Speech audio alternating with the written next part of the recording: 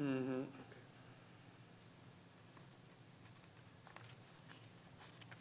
Recording in progress. All right, good evening, everyone. Today is Tuesday, August 18th, 2026. The time is 6 o'clock, and I hereby call this meeting of the Wellfleet Selectboard to order. To begin, as customary, we will begin with announcements and public comments. We will first start with the board, then town administration, and then the public. Please remember that the board will not deliberate or vote on any matter solely raised during public comments, and public comment should be limited to no more than 3 minutes.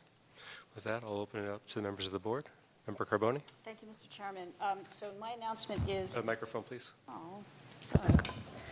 My announcement is that the item, Maurice's Campground discussion item, is on the agenda by error, and the error was mine. The chair was out of town, and during that time, I attended the meeting with administration to put the agenda together, and I misunderstood, which the fault is mine, what the chair intended about the timing of this item, so it won't be discussed tonight, but it will be on an upcoming agenda. So just wanted to announce that up front in case anyone is waiting for that item. There won't be Maurice's discussion tonight. Thank you.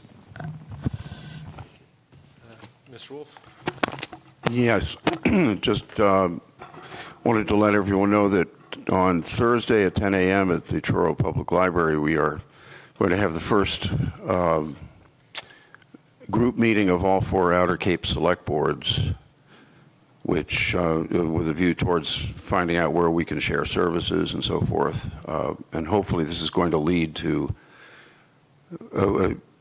we don't know yet, but possibly quarterly meetings of representatives from all 4 boards to keep that process moving forward. That it will be open to the public. It is not going to be public participation or on Zoom. It's just a working meeting, but it will be 10 a.m. to 1 p.m. at the Truro Public Library. Thank you, Mr. Wolf. Gabriel? I accidentally had Zoom muted. The recording was going. Could you just re-announce that, Barbara? Sure. Yep, no problem, Mr. Chairman. Please.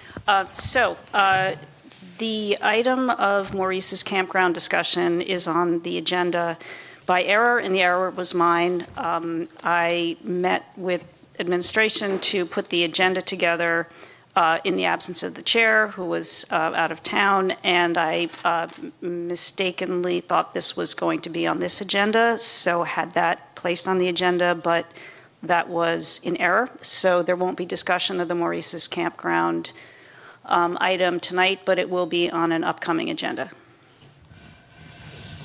Do I need to re-announce or did you? I think they heard you. Okay. Yes, Mr. Chair, I'd just like to inform the public that the Board of Regional Commissioners will be holding their regular meeting at the town of Truro at the Truro Library on Wednesday, August 26th at 1 o'clock. It will be from 1 to 3, and all are welcome. Thank you. Anyone else from the board or town administration? I do have an announcement that is the review of the town administrator, but I'm going to save that to the end of announcements, so I'll open it up to the public. Any public comment in the room? Please come up. Good evening. Good evening. So I'm here, I'm just going to read what I have in my letter. Thank you. I'm here to ask formally for an update relative to the status of the Maurice Campground project and specifically on the town administration-led task force, which I know Tom has talked about. I'm confused that we have not received an update from the newly formed town administrative group. Back in July, it was openly discussed that this group would lead a team, and in fact, they would enable a stakeholders group. This group would consist of true stakeholders, including abutters and others representing the town. These are direct comments from Chair Josh. I'm not sure if the group has formally been established. Are you meeting? What is the status? Are there minutes? I think this is a great idea, and I'm trying to figure out where does it actually stand, because I want to be able to support it. I hope this path moves forward, and again, I ask for a formal update. The town residents deserve this. The summer's almost over, and I'm concerned we've lost our ability to engage properly relative to overlay zoning and other specific topics. I also want to comment that I'm very concerned that the Select Board may push forward with the overlay zoning. I've heard some comments in line with that. And I'm concerned that the Select Board will move to the town vote in the fall meeting. We only have a couple days before we can actually put in warrant articles of town for the town meeting, so I'm trying to figure out the timing for that. From my perspective, moving forward with the overlay zoning is not the right approach. It's not appropriate at this point. The campground plan, the Maurice Campground Planning Committee plan was voted down by the town, and as such should not move forward with any components of the overlay zoning. We need to basically move forward and have the town administration figure out the plan. What is the plan to move forward? So that's kind of my comment. I'm concerned the overlay zoning, if it's put up for town vote, we're going to immediately go back to the vitriol that we had before. Nobody wants the vitriol. I think we need to have administrations that get together, that we have consensus, that we figure out what we want to do, the task force in place. I want to point out the town residents, again, if it does move forward, we're kind of at a disadvantage. I don't know what to do at this point. I don't want to put in a warrant article because I don't know what to do. At the same time, the Select Board, I believe, doesn't have the same requirements. They can do one like 2 weeks before a town vote, and then how do we actually have the right discussions on the need for what the towns are going to be? And so I'm kind of, at this point, going off my paper to say, let's do this right. Let's figure out, again, I'm really asking Tom to try and figure out what can we do? Where is Beth on it? I have a couple calls into Beth. She tried to return the phone call. I think the stakeholders group is great. I think I would like to get the stakeholders group to get the right people involved, and then talk about what does that mean for the overlay zoning and how do all the parts be put together.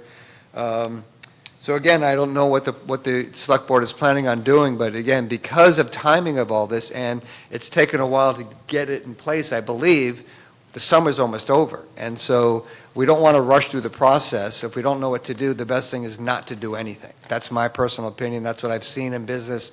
My mindset normally is to rush. Pardon me? We're at about 3 minutes. Okay, well, that's basically what I want to say. Where are Appreciate what we? you're I saying. appreciate your time. Thank you very much. Thank you very much.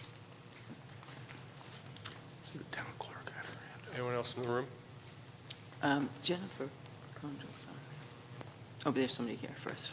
Okay. No, please. Oh, okay. Jennifer, we do see your hand up. We'll get to you next. Thank you. Sorry. Kristen Shantz. I live at 1050 Boundbrook Island Road, and I am here to voice my strong opposition to the proposed pay for parking pilot plan. In my opinion, the plan is unwelcoming. It is inhospitable to the town, to businesses, and I think it's short-sighted. My understanding is that this will be on the warrant. I'm not sure in what aspect, but what I would like to know moving forward is what are the projected costs of staff in year 1, 2, 3, et cetera. I'd like to know who is going to run this program. I would like to, will the town run it? Will it be an app or a combination? I'd also like to know where the revenue is going to go. And I hope it's not into the general fund, because I would like to know specifically where is this going to go, and if we do not do this plan, what services are we going to lose? I went to the Chamber of Commerce this weekend to find out what their position is on this, and the person I spoke to, they didn't know if they had a position, but they were going to put my question forward. But one thing that they said was that they really like telling people that parking is in Wellfleet is free, and people seem to appreciate that. So, thank you. Thank you very much. I know I did open it to members of the room, but our town clerk, Jennifer Congle, did have her hand up, and I do want to acknowledge her. Thank you, Mr. Chairman, and good evening, everyone. I'm Jennifer Condrell, the town clerk. I wanted to just announce some upcoming events and deadlines with regards to the state primary that's being held on September 1st. We are having in-person early voting starting this Saturday, August 22nd, in my office at Town Hall from 9 to 5. Then thereafter, it'll be Monday through Friday that week of the 24th through the 28th, regular business hours, so 8 to noon and then 1 to 4. The last day to register to vote for the primary will be Saturday, August 22nd from 9 to 5. So if you haven't registered yet, you can stop down on Saturday and do that. And then lastly, the last day to apply for a vote by mail ballot will be Tuesday, August 25th by 5 p.m. If you've already applied for a vote by mail ballot and have not received it yet, feel free to give me a call.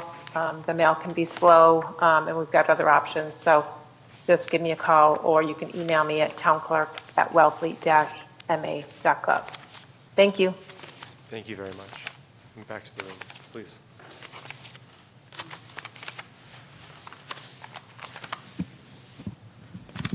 A little high. Hi, Ann Suggs. I'm a Wellfleet resident and also a business owner on Commercial Street, and also wanted to speak to the pay for parking pilot program in real opposition to it. We actually have parking at our facility, and many times people ask, would it be okay if we left our car here and went to some of the other galleries along the cultural district that we've marketed so well to visitors? And my answer is always yes. There are businesses that have no parking and that really rely on town parking, so to speak. I think the impact on businesses would be very poor. We've seen other communities nearby us really react strongly to this idea. Chatham just said, please, no, we don't want this. And they have, same problems, traffic congestion, need for revenue, et cetera. When I look at ways that the town can raise revenue, if that's what this is actually about, we've already utilized quite a bit of those. By charging our visitors room occupancy tax, the town is generating like $1.5 million yearly. That's now going into the general fund. Beach stickers get more expensive every year. I agree with my fellow friend and resident here that it's an unwelcoming thing. I feel like we'd need to re-logoize the town. Welcome to Wellfleet, please open your wallet. It just seems like there's got to be another path to take with it. Just my opinion, but I think it's shared by almost everyone I've spoken to about this, business owners, residents, visitors, et cetera. So, and also, is it on the town warrant for a vote? Do we get a say? I don't know. And I understand from your working plan that someone is tasked, I think the town administrator, with kind of getting feedback about it. And so I don't know when those things are planned. And I think it would be important to really make sure everybody in town is aware that this is a plan afoot. So, thank you. Thank you very much. Anyone else in the room? Going online. Lauren Arcamano, please.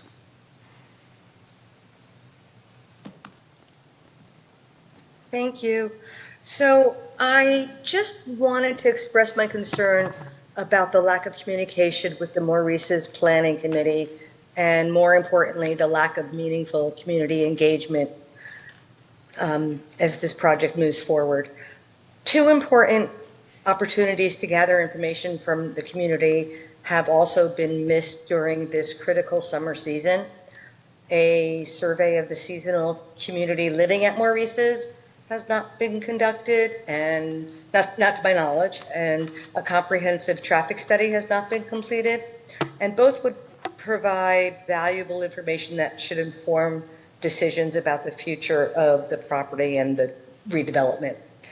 And excuse me, at the June 30th Select Board meeting, this discussion talked about I think Tom talked about a proposal for moving the project forward. And he explained that the proposal took into account that the committee has heard from the community and gave greater consideration to quote-unquote stakeholder involvement.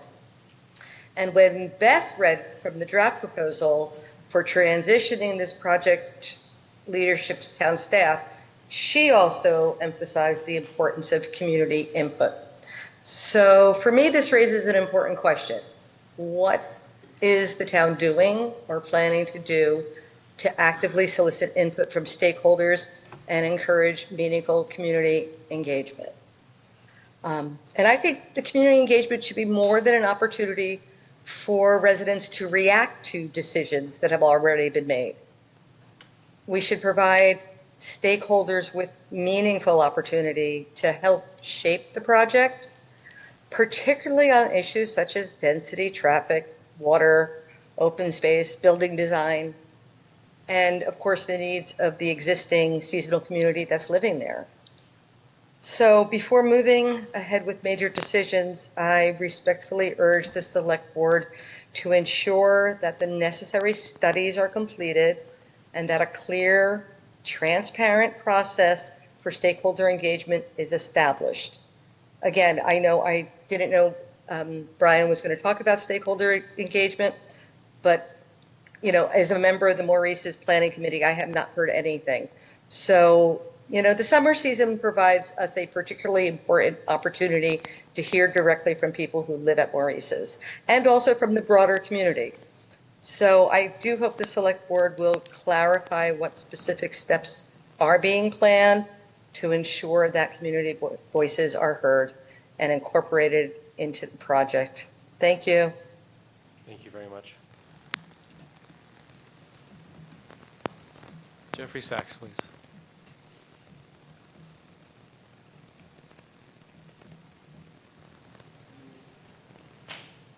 Here we go.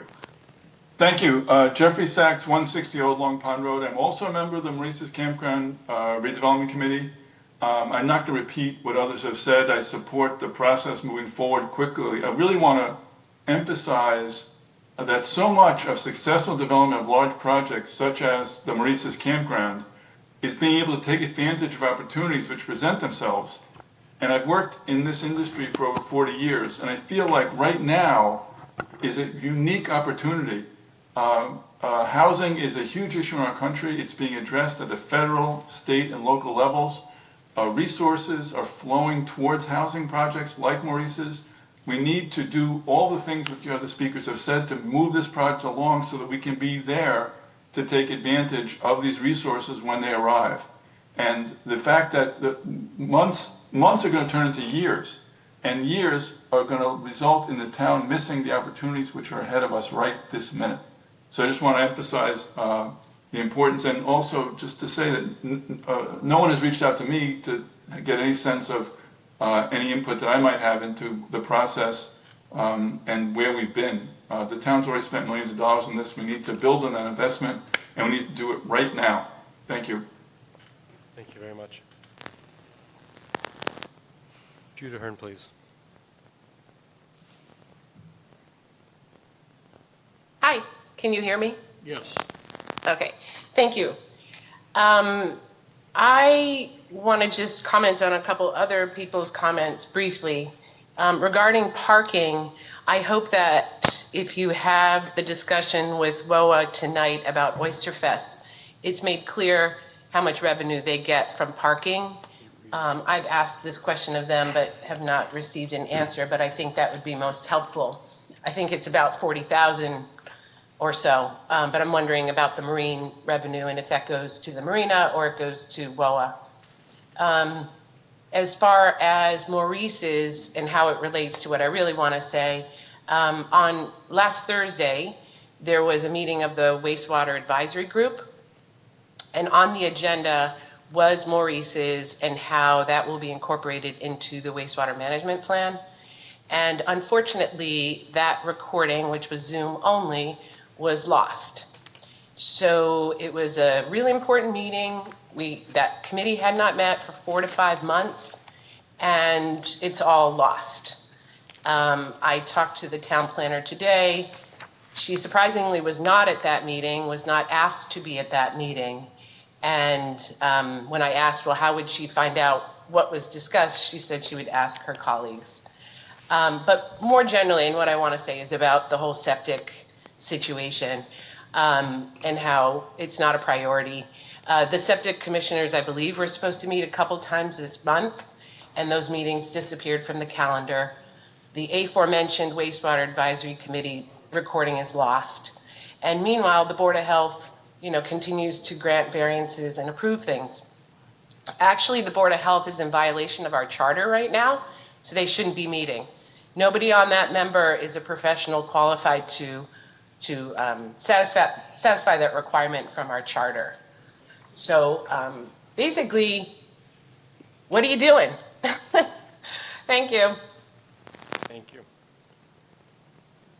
Mr. Chair, could I please just respond about what the wastewater working group and the issue that we ran into, unless the town administrator wants to? I would appreciate it if you allow the Okay. town administrator to. I believe it's going to be in this town administrator's report. All right. I just wanted to make sure because, yeah. Understood. Lily Merle, please. Hi, just had a quick public comment. I wasn't going to comment on Maurice's, but because of what Jeff had said in his public comment, I did want to touch on a few of the issues there. I think it's really ironic sometimes the loudest voices in the room that are pushing for the greater density in our really small rural communities are second homeowners who have another place to go to, while us year-round residents are left to live with the long-term impacts on our infrastructure, environment, traffic, water, character of our community. We need housing solutions, we do, but we need ones that actually fit the character and the community we live in, and that's not what these oversized developments are going to solve. But what I actually really wanted to say was just share some concerns about Tom's leadership. I know you guys are going to be discussing his performance as well as a possible new contract. I do not have confidence in his current leadership or the way that our money is being managed. I'm especially troubled by the recent Provincetown Independent article. I know sometimes those stories can be misleading, so I don't know if it's true, but there was a comment in there about how Tom had a discussion with the family that led to them actually wanting to file the lawsuit when they weren't going to originally. That's concerning to me. I think we need a leader who is able to have those tough conversations and not make it a legal situation or use legal verbiage when it just really needs someone being a human being and being kind and compassionate given the circumstances there. And then at the same time, the town is looking at parking fees and other ways to bring in more revenue to cover rising costs. Residents should not keep being asked to pay more without seeing better management of the money we already have. As you consider a new contract, please ask whether Tom Garino is really moving Wellfleet in the right direction for the long term. I do not believe he is. Thank you. Thank you. There's one hand up that's just Zoom user. We traditionally do not acknowledge anonymous members. Is there a way in which you can change your name, please, so we can know who we're acknowledging, please?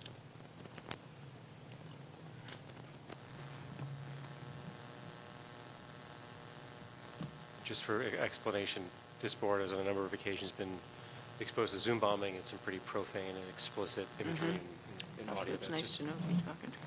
So unfortunately, Zoom user with your hand up, if you can't change your name, I won't be able to acknowledge you. Or say their name.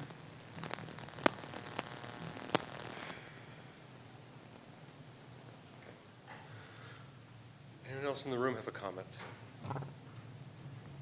I'm not sure if they will be able to change their name unless they rejoin the meeting. Understood. Can they say that? Can they say their name? Very well.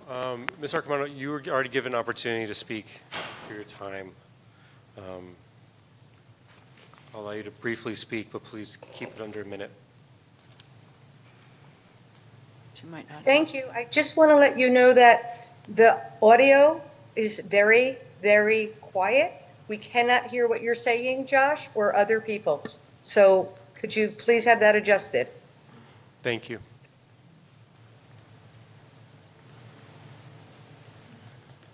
All right, very well. If there's no more public comment or announcements, I'll move on to the report of a consolidated annual review of the town administrator. Very well. The Select Board reviewed Mr. Garino's performance for the fiscal year of 2026 in the same format as they did the previous year, evaluating the town administrator in 2 general categories, performance and goal achievement. Performance was evaluated in 10 distinct categories with multiple statements under each. Each statement was scored between 1 and 5, with 5 being excellent, 4 being above average, 3 being average, 2 being below average, and 1 being poor. The 10 categories were individual characteristics, professional skills and status, relations with members of the elected body, policy execution, reporting, citizen relations, staffing, supervision, fiscal management, and community. The highest averages were individual characteristics, citizen relations, and relations with the elected body, all hovering just below an excellent score of 5, meaning he almost always exceeds the performance standard. Members recognize the town administrator's diligence, work ethic, professionalism, responsiveness to residents, and dedication to the town. His handling of day-to-day operations, cooperation with neighboring communities and regional agencies, and composure in the role were repeatedly noted. The relatively lower averages were staffing and fiscal management, but were still rated just above an average score of 4, meaning he generally exceeds the performance standard of those categories. The rest averaged somewhere in between a score of 4, meaning above average, and 5, being excellent. Goal achievement was the board's principal area of concern, averaging 1.87, sitting between a score of 1, meaning not achieved, 2, and 2, meaning partially achieved. A score of 3 would have been designated for a fully achieved goal, of which there were 4. Goals broadly rated as not achieved included the Marina and Water Enterprise Fund reviews, local comprehensive plan funding, LPIR funding and engineering, the Town Hall Annex upgrades, Burton Baker roadside parking, the MVP 2.0, and the seasonal community feasibility assessment. Members did acknowledge mitigating context. The FY26 goals were adopted late in the cycle, shortening the effective performance period. State guidance on seasonal communities designations were still developing. Some of the goals will take multiple years to achieve. Some required state action outside of the town administrator's control, and some were shared responsibilities with the Select Board. It's the position of the chair that we need to reconsider and revise how we evaluate the town administrator's goal achievement success to better reflect what is entirely in their control and not penalize them for conditions outside of their control. Outside the quantitative evaluation, there were 2 themes that appeared across multiple evaluations, written remarks, where the board finds room for improvement. Number 1 being the budget process. Members want an earlier start with department heads, fewer corrections and revisions during board review, more accessible format, a deeper board involvement in budget and capital plan review, and several members independently recommended securing dedicated finance expertise. The second being time management. Multiple members observed the open door practice consumes a disproportionate amount of time of the town administrator and recommended a structured office hours or appointment window type of scheduling with reserved time for priority work. In conclusion, the board's evaluation reflects confidence in the town administrator, with a total average assessed score being 6.38 out of a possible 8, sitting in between meeting and exceeding expectations. Thank the board. No more announcements or public comment. We're going to move on to the consent agenda. Mr. Chairman, I thought we were going to move. I thought we were going to do business A after consent. Okay, I'm sorry, my mistake. No, but you are right that I should have announced that. We do have Council Klein with us for business A, which is fairly down low on the agenda, which is to discuss and vote and sign a restrictive covenant for land encumbrances for Chiquesset Yacht and Country Club. As town council is on the clock, we would appreciate to take them earlier in the agenda as to not waste billable hours. But I do feel like we can move through the consent agenda rather expeditiously. Or not. Barbara? We're not going there just yet. We're going to do the consent agenda first.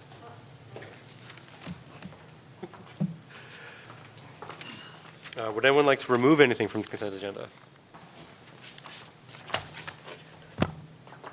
Do I have a motion? I move, Mr. Chair, I move to adopt the consent agenda as drafted. Second. Roll call vote, please. Ryan, aye. Barbara, aye. Sheila, aye. John, aye. And chair votes aye. Consent agenda passes 5-0. We are now going to move to business A. Thank you, Mr. Chairman. I believe Member Carboni is going to recuse themselves because of in regards to Herring River. With that, do we have Council Klein online? Yes, I'm here. He's Good here. evening. Yep. Good evening, how are you? Good. So you can hear me? Yes. Okay, so we have this evening restrictive covenant with the Chiquesset Country Club, Chiquesset Yacht and Country Club.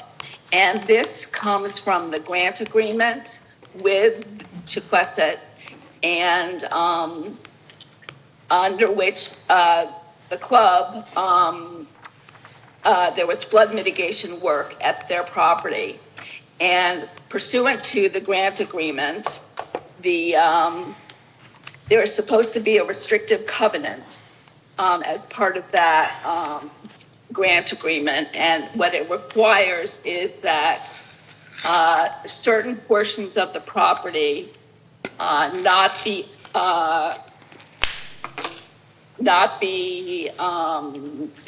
that the elevation of 6.7 feet NAVD be retained as a minimum on certain portions of the property. So the restrictive covenant implements that requirement of the grant agreement from 2025. And it states that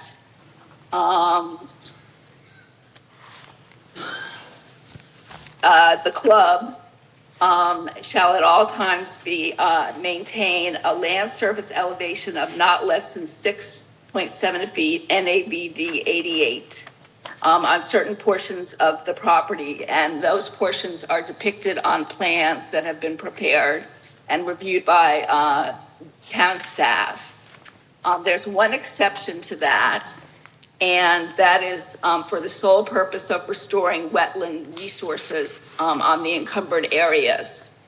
And if that is to occur, the club will first have obtained the prior written approval of the town, which approval shall not be unreasonably withheld, conditioned, or delayed, and the proposed activity shall comply with all applicable federal, state, and local laws, regulations, and permit requirements.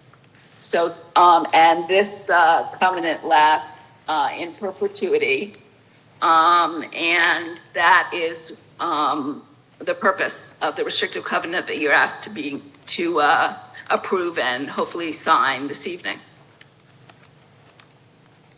Excellent, thank you. And so, just for my own clarification, this restrictive covenant was already part of the agreement that we entered in with the club over a year ago.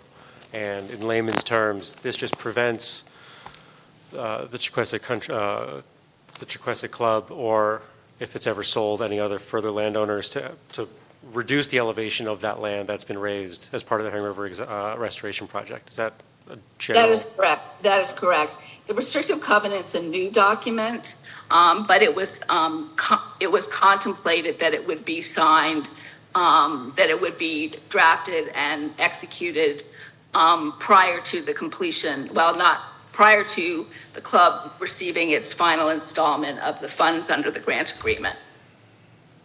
Excellent. Any discussion or questions from the board?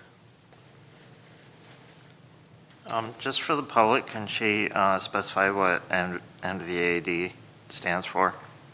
Yes, I can. It stands for North American Vertical Datum of 1988. And what that actually translates into is it's above the, let me find this, above the restored mean high water spring elevation in the Mill Creek subbasin. So it's tied to the project, but so that's the 6.7 feet relates to that the mean high water spring elevation in the Mill Creek subbasin. Thank you. Any other questions or comments from the board? With that, I'll take a motion. Mr. Chair, I move that the Select Board approve the restrictive covenant from Chiquesset Yacht and Country Club, Inc., and the Chequesset Yacht and Country Club Trust to the town of Wellfleet with restrictive covenant implements Section 14 of a grant agreement funding flood mitigation work at the property of the aforesaid corporation and trust, and requires the corporation and trust to record a land encumbrance requiring maintenance of the elevation of the work at the property to a minimum of 6.7 feet NAVD, that was just explained, with the exception for potential future wetland restoration. Second. Roll call vote, please. Brian, aye. Sheila, aye. John, I. Chair votes aye. Thank you very much, Council. Thank you. Thank you. Have a good evening. You too. Going back to the top of the agenda, we are at the Town Administrator's Report. Thank you, Mr. Chairman. First, thank you for the review. Praises are accepted and criticisms will be worked on, and we thank you for that. I am thrilled. I am dancing in the street that we have found an auditor. For folks that haven't been following us, the auditor that we did have informed us in November that they weren't going to do the prior year audit. They had been acquired by another company, and they were restructuring some of the things, how they were doing some business. Between Mr. Bugby, town accountant, myself, the Department of Revenue, Deb Wagner at the Department of Revenue specifically, we have been beating the bushes for months trying to get auditors. Calls, meetings, seminars, conferences, and because there was a prior relationship with Mr. Bugby and a firm, it's not kept picking up on the microphone? A little closer. Yeah, okay. There you go. Yeah, better. Due to pre-relationships that Mr. Bugby had in a prior position in Sumoquin, the town accountant, also knowing Mr. Scanlon and the firm. It's a smaller firm out of the western part of the state. We just dogged him, John dogged him, weekly. He didn't have time, and then we were able to secure time. We have 2 years to do. We have 25 and 26. The cost of each year's audit is $57,000. It is a standard audit with a federal component that brings in all of our federal grants. That is really, the audit's important. The federal audit is very important because the bonding agencies require that report. And we have all of those reports to date. So it would be my wish for the select board to allow the town administrator to sign this contract so we can get it moving. I know it's not on the agenda, but the contract price came in after the agenda was formally set. I really would like to get this moving. Ice machine, John. Ice machine. Okay, so the ice machine is scheduled to begin work starting on August 24th is when the shipping containers will arrive, and the work will begin soon thereafter. So all the work has been done. The infrastructure work has been completed with one last piece to be done. And once the shipping containers arrive, it'll be about 2 weeks to completion. So they arrive the 24th, 2 weeks, God willing, we'll have ice begin to be distributed at the marina. Are we going to have a celebration? Senator Sear will be very happy. Yeah, this is our Trojan horse. Oh, yeah. In a sense. I did want to report out on the sewer, the Town Administrators Advisory Committee on the sewer. In fact, we did set up a meeting for last week. The auditory did not work. It has been corrected since then. We found out what the problem was. There was no meeting. The meeting was adjourned. The same agenda will be posted, and we will go through the entirety of that meeting again. On the 25th is the first date we had available for a room. So that notice will be going out if it hasn't already. We have had several discussions with the Commonwealth District 5 Mass DOT as it relates to the traffic issues up around Marconi Station. We had a meeting about something else last week, and Jay and I were able to bring that forward again. So the state is aware of the issue. They are adjusting as necessary, as they see necessary. We probably won't have much of a problem in 2 or 3 weeks, but they will look at it over the course of the winter as well and see if they can make any further adjustments to ease up the traffic on Route 6 going west. In the same vein, relative to projects, we did meet with the state. There's a continuing concern at Brecky's, or the owner of Brecky's, where the town has done some wetland restoration there. He's concerned that it's coming up too high. The Commonwealth has indicated that it's all staying within the flood mitigation area.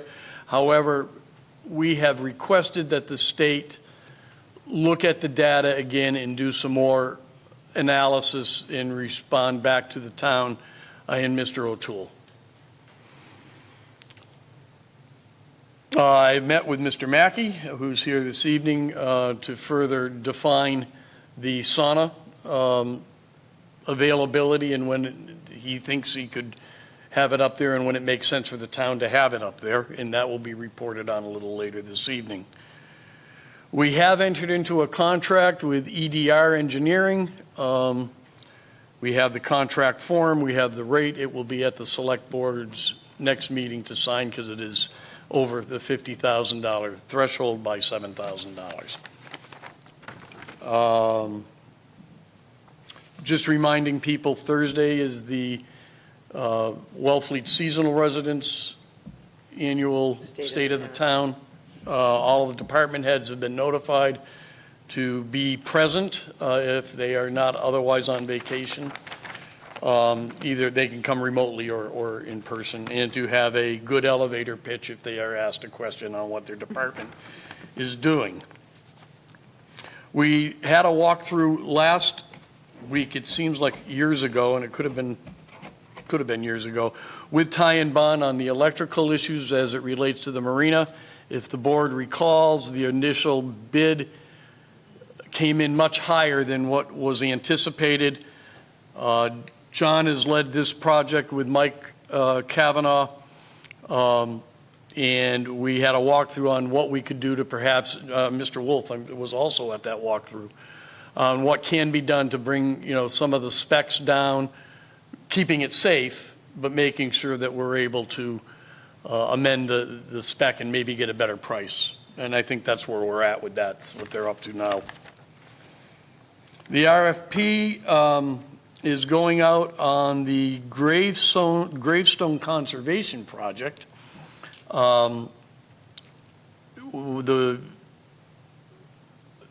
It's to review and to do a survey and repair headstones. This is a CPA project. Similarly, the ecological survey of the marina is approved, and we have out to bid. We had one bidder, the Center for Coastal Studies, for $83,965,000. That will also be coming. I think that comes to the board. I don't know. Yeah, that'll come to the board at our next meeting. Yeah. This again is a CPA project to do a survey of the marina. Right. Most importantly, what is in our marina. It's almost going to serve as a baseline going forward, so we know if there's deterioration there. It's going to do a lot more than that, but it was a CPA-approved project. They've been given the contract, just waiting for the signature. As soon as it comes back, it'll come back to you for approval. One of the, and I do want to mention, we may do 13 or 14 or 15 or 20 or 10 CPA projects. Anything that it requires procurement goes through us. So it's really important for the people that are getting this money to get as much of the specifications in the detail down of what they're looking for, so that John or I or others aren't trying to create whole cloth.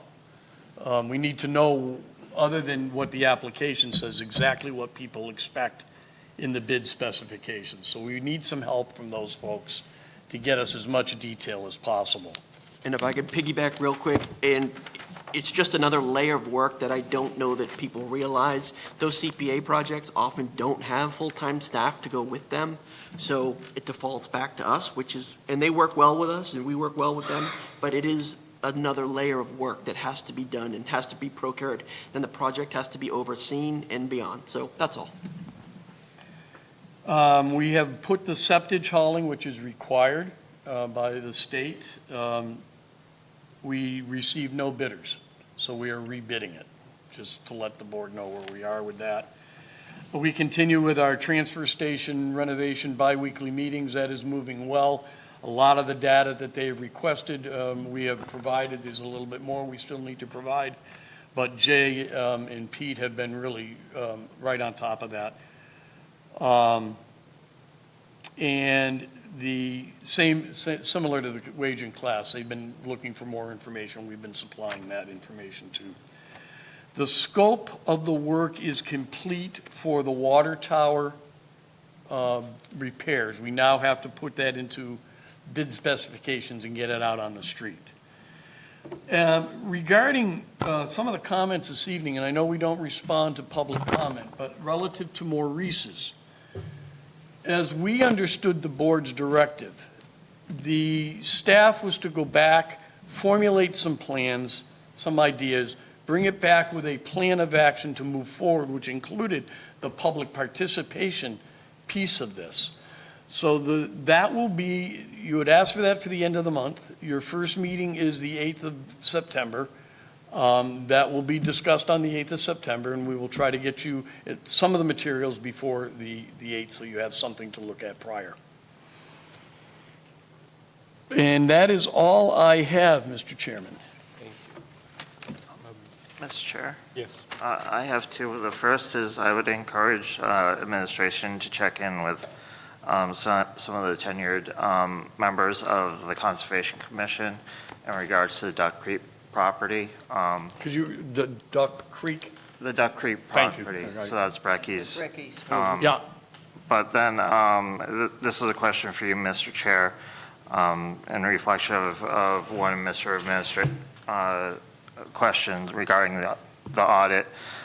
So just for clarity, so Mr. Chair, did you reasonably foresee the request by administration to execute a contract with the auditor in advance of the agenda being posted? No. Okay. Our minds are in the same place. So with that, Mr. Chair, would you? I would entertain a motion. I had no expectation that the cost of this would be above the town administrator's limit. And as such, there is an exception to the open meeting law where we can move on a matter that wasn't posted 48 hours in advance, and I believe that satisfies that requirement.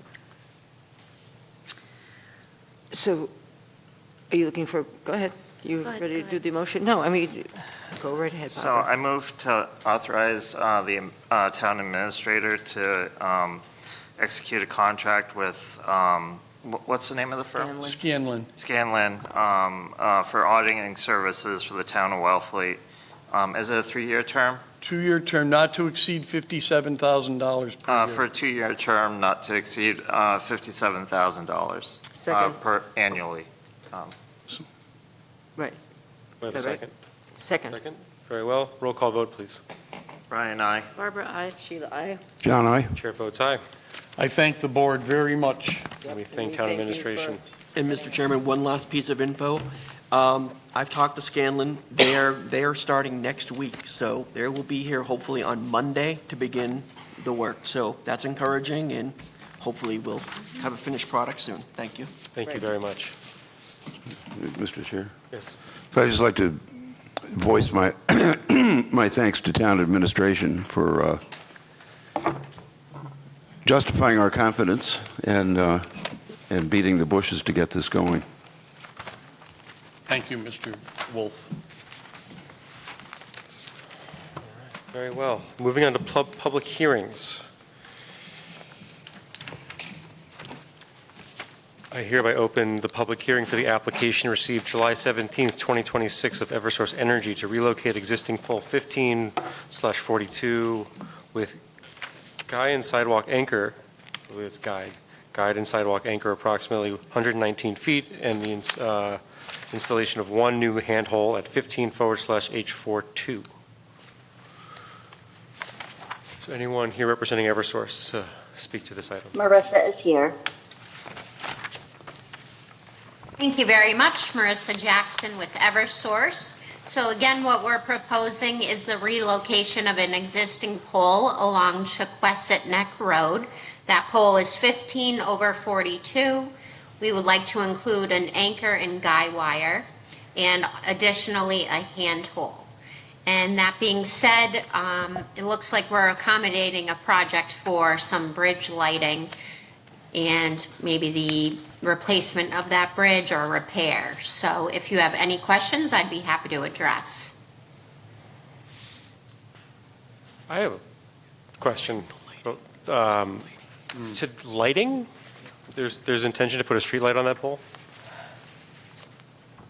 It was my impression that they were putting lights along the bridge as well as making some repairs to the bridge. I'm not sure if it's an overhead or Is it news? Okay. Thank you. That doesn't particularly pertain to the relocation of the pole, but that's good information to follow up on. Yes. Any questions or comments from the board? Any questions or Mr. Norton? Thank you, Mr. Chair. I just wanted to clarify. From my understanding, this request has come from the technical team to give directive to the resident engineer to investigate adding power to the bridge. Right now, there's no power source there, so for anything in the future, if there's any reason why the town would need to, plug something in, or, if we ever did pursue lighting, which is not currently on the table. So I just want to make that clear, and if that is at some point, we'll obviously be coming back to the board to discuss that. But it's basically to provide single-phase power to the bridge, so we have the ability to utilize that at some point in the future. Thank you, Mr. Norton. Any other questions or comments from the board? Just one question. Through the chair to Mr. Norton. Is that power actually also going to be used to operate the gates, or is that totally separate? Unfortunately, no, we can't use that because we need a three-phase power source to operate those gates. So we'll still have to be utilizing a generator. The three-phase power option was just out of the ballpark in terms of funding to pursue that. So it's just for single phase. I see. Okay.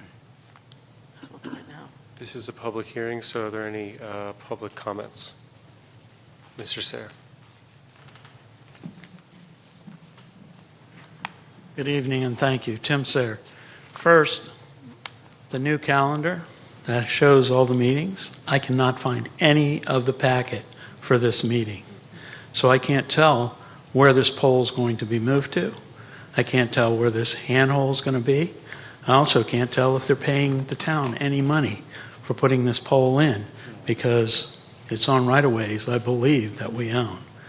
So I would ask you to either postpone this until we have this information, so that then we can make educated comments about the work that's to be done. Thank you. Thank you, Mr. Sayre.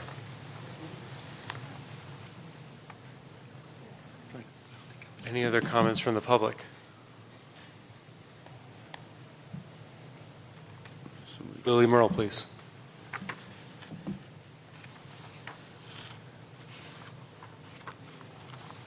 Just a reminder, when people are speaking, it does put the camera on them, so if you're rolling your eyes behind them, you can be seen. So let's just all be really respectful of each other when we're speaking and not do that, because it gets captured, and then of course everyone can see it afterwards. Thank you. Thank you. Well, that's a nice heads up for everybody. Any other comments from the public? Any further comments from the board? Not, I'll entertain a motion to close the public hearing. So moved. Second. Roll call vote, please. Ryan, aye. Sheila, aye. John, I. Chair votes aye. Public hearing is now closed. Is there any further discussion? So, Mr. Chairman, I Please. just realized this is maybe tangentially related to the project, Herring River project, so I'm going to recuse on this. Very well.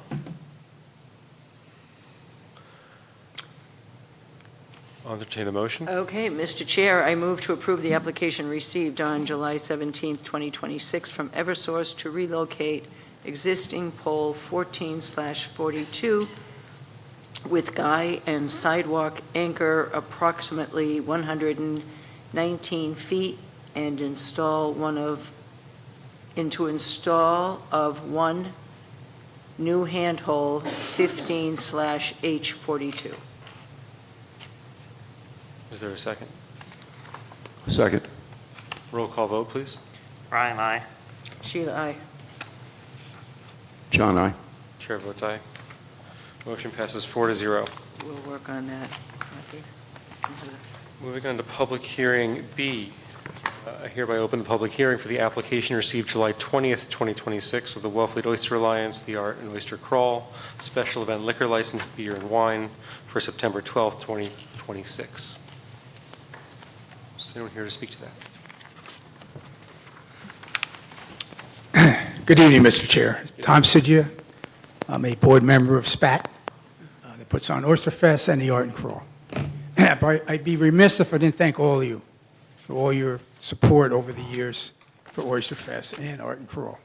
Last year, just to give you an idea of this event, we had 19,000 people show up. 46 states were represented, including D.C., Puerto Rico. We had 2 people from South Africa show up and a handful of people from Europe. So just to acknowledge, it's just not oysters, it's the town. So it's just an unbelievable event in the month of October. However, we spent $387,000 last year, up about 9%. And we were asking our teammates to take a real hard look at expenses. Nancy O'Connor and I met with Tom and John, looking for some creativity. They gave us some great ideas. They asked us to go meet their trusted lieutenants. We met with Kevin and Mike. We met with Joe and Sean, and we met with Pete and Jay. All of them have come up with some great ideas for us to try to reduce some of the cost. Let's get on to the fees. Last year, we were asked for $2,000 and for the fee for the permit for Oyster Fest, and an additional $200 for the propane, which Tom is telling us that's a state requirement. It can't be waived or anything. In addition, as we went through our bills, $835 was the permit fee from True North, which was the 10 people, which of course they passed on to us. $100 was Wi-Fi. So in total, it was $3,135 we paid as a permit fee for the fest. What we're asking for this year is the $2,000 to be waived. You still collect $1,135 from all the other fees. So that's our ask. I know that's a difficult ask, but that's our ask. And a reminder, thanks, John, for the update on the ice machine. We gave $112,000 to that. That's the right thing to do. That's something that's needed by our community. And also, in conjunction with the CPC, we've offered them $45,000 for the harbor study, which I think is going to be $95 grand. So those things, just as a reminder for the board. That's right. Did I miss anything? Thank you. Thank you. If you could maybe stay for the microphone for a second, because I do have a question about what Sure. what you've just asked. We have 2 public hearings that I believe you're going to be speaking to. This one is specifically for the Wellfleet Art and Oyster Crawl on September 12th. Okay. And the fee is $350. I'm just not seeing where the $2,000 is. Next one. The next one, That's for $725. So help me out, I'm just, That's, yeah. That's the liquor license. yep. I understand, so when we include the use of town property, because we have 4 things in the row, all together comes 2,000, sorry. Okay. I thought you were All right. speaking specifically just to this. Oh, no, Mr. This Chair, request, sorry. and I'm Sorry for the trying to do confusion. the math. No, that's all right. Okay, thank you. Any questions or comments from the board? Any questions? I just want to clarify. Brian? So what we see here, for A, it includes, it's for the oyster crawl on the evening for 110. Then the liquor license is 350. That's and the then next one. And then the application is 725. Is there an additional 2,000 on top of this? That's cumulative. It's cumulative. Okay, so it is a little less than 2,000. Yeah, Mr. Chair, if I may? Please. Sheila, the 2,000 was last year's permit fee. Okay. Well, I'm not talking about this year's permit fees. but- Oh, I see. Okay, the last year was 2,000. You collected 3135 from us with the additional 10 people, Wi-Fi, and that's how I got to 3135. You will still receive the 1135, Okay. and then we just ask him to waive the 2,000. So, just for a point of clarification, and I appreciate what you're asking, but I want to make sure that Sure. we get everything right. If I'm adding the fee that is proposed for public hearing B, the fee for public hearing C, and the 2 use of town property requests, A and B, on the agenda this evening, that comes out to a total of $1,685. Mhm. So it is less than 2,000 This year. this year. This year would be 1,685. Yeah, 1,685. Plus you would get for the fest, you get the 1135 from us, or the tent company would be 835, because we're going to have the same tent structures. You get 100 from Wi-Fi, and you get 200 for the propane. Oh, understood. So it's the 16 and 11 is 2,700. Not waiving, if you waive the 2,000. Mr. Chair, if we just can focus on, Oh, I'm sorry? if we just can focus on the Oyster Fest for a second, Yes, sir. that's the one that we like the fee waived. I understand. All right. The reason why I'm asking these questions is this specific public hearing, which we have to vote on, is for the Wellfleet Art and Oyster Crawl, which Yep. is on September 12th. Okay. So that's the only matter that we're going to discuss at this present moment, and then we're just going to move All down right. the list of the agenda. But I appreciate the general request that Okay. that kind of hangs over everything. Any discussion from the board? Mr. Wolf? I'm not sure at this point if it's pertinent to the oyster crawl, but as I do support his request. Certainly. Is that at all pertinent to the oyster crawl itself? or- Next public hearing, John, right after this one. Okay, Okay. I just wanted to be clear. Member Hermione? Yeah, I mean, I guess I want to make sure that we're addressing each of these permits in succession. So right now, we're just talking about this one. Do we have a request to waive that fee? No. No. So we're just, then I'm prepared to make a motion on this license. Before we do Oh, that, public we have a public few- we have a comment. few steps, but yes. Got it, sorry. Are there any comments from members of the public? Anyone in the room? Anyone online? Okay, seeing none. Take a motion to close the public hearing. So moved. Second. Roll call vote, please. Ryan, aye. Barbara, aye. Sheila, aye. John, aye? Chair votes aye. Public hearing is now closed. Any further discussion? I'd be comfortable with waiving all their fees, actually, for this year, especially considering their partnership with the town on a number of projects. That far exceeds they're contributing to the town this year in an amount that far exceeds probably than what they've ever even been charged over the course of the entirety of the fest in terms of permit fees. So I'd be comfortable waiving all of them. Through the chair, just a question, Mr. Curley, if that includes the $175 advertisement fee? I'm just, this one here is for a fee of $350. Of which 175 is the public hearing fee. Okay. 125 is the fee, and then there's a processing fee for $50. I don't care, I just wanted to be sure that everyone understood that was what we pay the newspaper. Yeah, either way would be fine with me. Okay. It's up to the rest of the board what they would prefer.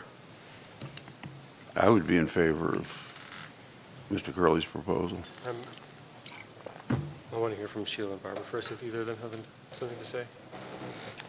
No, I mean, if you add it all up, it's, yes, $1,685. And your initial request is for the application itself, the $500? I mean, We're at $350, we're at public hearing B, okay, of which $175 was hard costs to advertise, $50 is administrative costs to process this, and then there's $125 of an actual fee that we Right. ask for the use of town property. What, I suppose I'm somewhere in the middle. I'm deeply appreciative of the partnership that WOA has with the town of Wellfleet and everything it does. I think I would be uncomfortable not recouping the hard cost of advertising. So I'm open to a compromise of what, so effectively, 350, 175 for that, and then 175 for the next one, if that's what you choose Right. to do. so, you know, effectively half of what we're asking. So we would be waiving both the use of town property fee and the administrative cost that we incurred, and just ask that you pay the advertising fee that we had to pay the paper. I don't have a problem. I don't know how my colleagues feel about that, but I think that would be a potential avenue. No, I mean, I'd agree to that, but we're just voting on this one, not That's on what the I'm use of saying. town So policy. my suggestion is that the proposed motion is amended for a fee of $175 and not $350. Okay. Would be comfortable with that. I'm not sure on the others, so. Take it one at a time. Okay, so did we close the public hearing? We did. Yes. All right. So I move to approve the special event liquor license to the Wellfleet Oyster Alliance for the Art and Oyster Crawl on September 12th, 2026 for a fee of $175. Second. Roll call vote, please. Brian, aye? Barbara, aye. Sheila, aye. John, no, I would, I don't know why we're splitting hairs like this. I think we should just forgive the whole thing. The chair votes aye. Motion carries 4-1. And Moving on to public hearing C. I hereby open the public hearing for the application received July 20th, 2026 for Wellfleet Oyster Alliance, Wellfleet Oyster Fest Special Event Liquor License on October 15th, 2026 through October 18th, 2026. Is there any more you'd like to add, or do you feel like? No, you want me to covered clarify, it? Mr. Chair, would you like me to clarify Oyster Fest now? I think we're all familiar with it, but just Okay. for the public, the request is for the liquor license with for October 15th to October 18th for a fee of $725. This is a public hearing, so if there is any public comment, we will entertain it.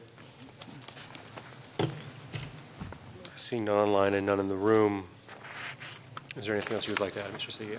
No, I just stand by my, Mr. Chair, I stand by my comments. I think you should waive it. I appreciate the art and crawl discussion. I appreciate what John and Ryan have been talking about.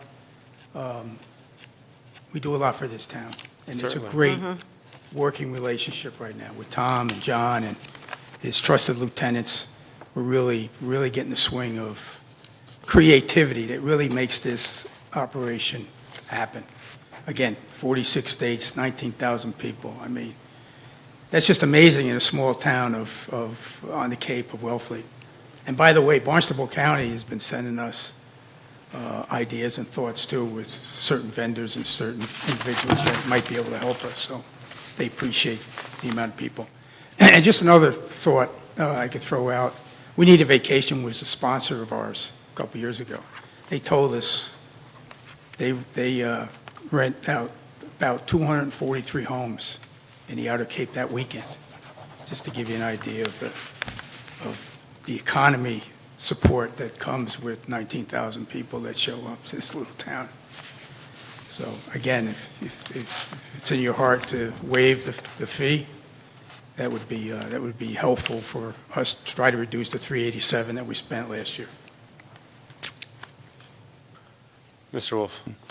Yeah, I stand by what I said before. Given the enormity of what WOA has contributed, just the ice machine alone, and considering the delays that have occurred with that project, and they were still willing to step up to the plate and help us out in the final run, the final lap there, it seems to me we can afford to waive the advertising fee. Any other comments from the board? Through the chair. No, I understand your comments, John. I just think we've reached kind of a reasonable place in the middle of just waiving the rest of the fee, but not absorbing the advertising fee. So I would support a motion similar to the last one, just charging for the public hearing fee. Anyone else on the board like to make a comment? If we do that, it basically comes out as a wash with a reduction on the art and oyster crawl. The other ones, I don't believe had a public hearing fee associated with them. Mr. Greeno, can you confirm, was there a separate advertising fee for this public hearing, or were they both included in the same? No, there was a separate public hearing fee for the special events liquor license. Yeah. The public hearing fee is $175. The fee for the liquor license is $500, and the processing fee is $50. Yep. So that, yeah. I do have a question through you to the administrator. Other than the processing fee and the advertising, are there other costs to the town? No, the Wellfleet Oyster Alliance, no, there are no other There are all the costs. others? They have been nothing but beyond the ice machine. That's a whole separate thank you. I mean, that's a whole separate big thank you. But working with the Oyster Alliance has been fine. There's been no additional cost. They are actually a good partner to have in town. So, Mr. Chair, I'll just give you if I can, my opinion. I think on this particular motion, I would waive the fee. Through the chair, does that include waiving the advertising costs as well? Mm-hmm. Yeah. Again, I would just support the same approach we took to the last one. We'd be waiving 550 of the 750, and I think that's, or of the 725, and I think that's reasonable. We haven't closed the public hearing yet, and there is a member of the Yeah. public raising their hand. Yep. But I want to make sure that the discussion amongst the board All done. is complete. done. Very I'm well. Kathleen Bacon, please. Good evening to the board. For the public record, Kathleen Bacon speaking. Can you hear me? Yes. Couple of questions on this. One, nobody doubts the contributions that the Wellfleet Oyster Fest has brought to the town of Wellfleet. That there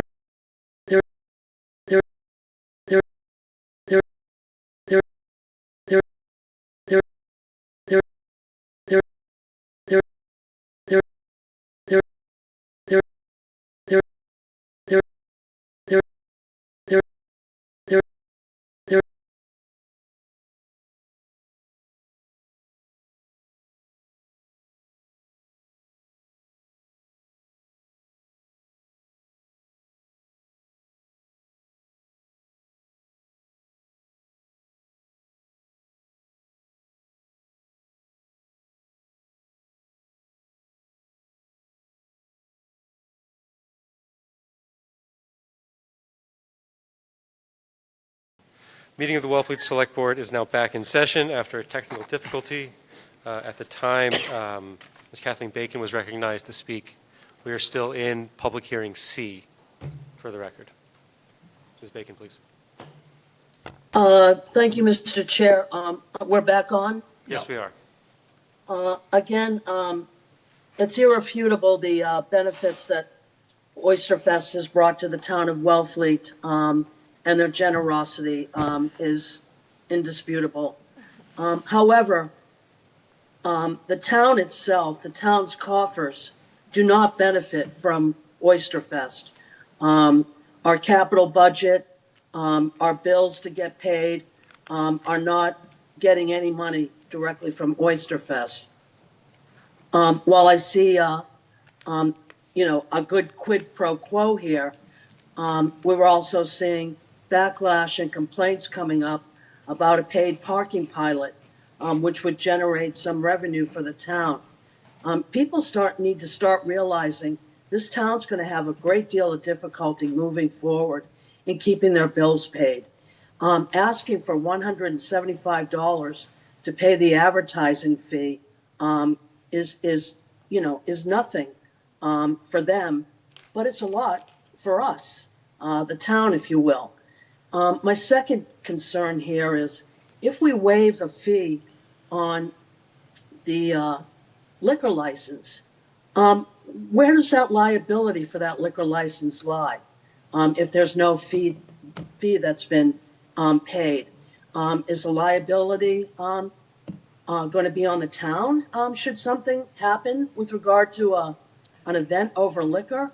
I just, I don't understand why we're being asked to waive fees that are more than reasonable for what the town gives to put this event forward and what the town needs to keep its own bills paid. I'm not in opposition to what the board might want to do, but that is my point of view. Thank you. Thank you very much. Any other comments from the public?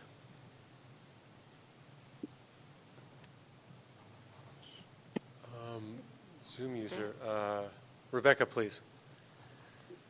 I just want to let you know that the town doesn't take liability for that liquor license. The ABCC sets those standards. The town just issues the liquor license, and the ABCC sets all the insurance rates and the parameters of that license. Thank you very much. Any other comments from the public?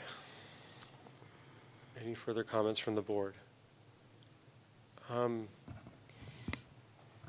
would just like to weigh in that I feel similar to our last conversation where I'm amenable to waiving the fees and the administrative costs, but I'm reluctant to waive the hard cost of advertising. I think that's fair. I think that's a reasonable compromise. That is by no means to diminish the impact that Oysterfest has on the community, but I do think it's reasonable that we get reimbursed for a cost that we have to bear because you've asked us for something. And I think that could be is a reasonable compromise and precedent to set. Thank you. So, Mr. Chairman, I would move to approve the application. We have to close the public hearing first. I apologize. Mr. Chair, I move that we close the public hearing. Second. Roll call vote, please. Brian, aye. Barbara, aye. Sheila, aye. John, aye. And chair votes aye. The public hearing is now closed. Any further discussion? Or is there a motion to be made? Mr. Chairman, I move to approve the application received July 20th, 2026 from Wellfleet Oyster Alliance for the annual Wellfleet Oyster Fest from Thursday, October 15th, 2026 to Sunday, October 18th, 2026. This is a special event liquor license for Oyster Fest for a fee of $175. Do we have a second? Second. Any discussion? Roll call vote, please. Brian, aye. Barbara, aye. Sheila, no. John, no, for the same reason as before. There, the chair votes aye. Motion passes 3-2. Thank you. Thank you, Mr. Chair and Thank team. you.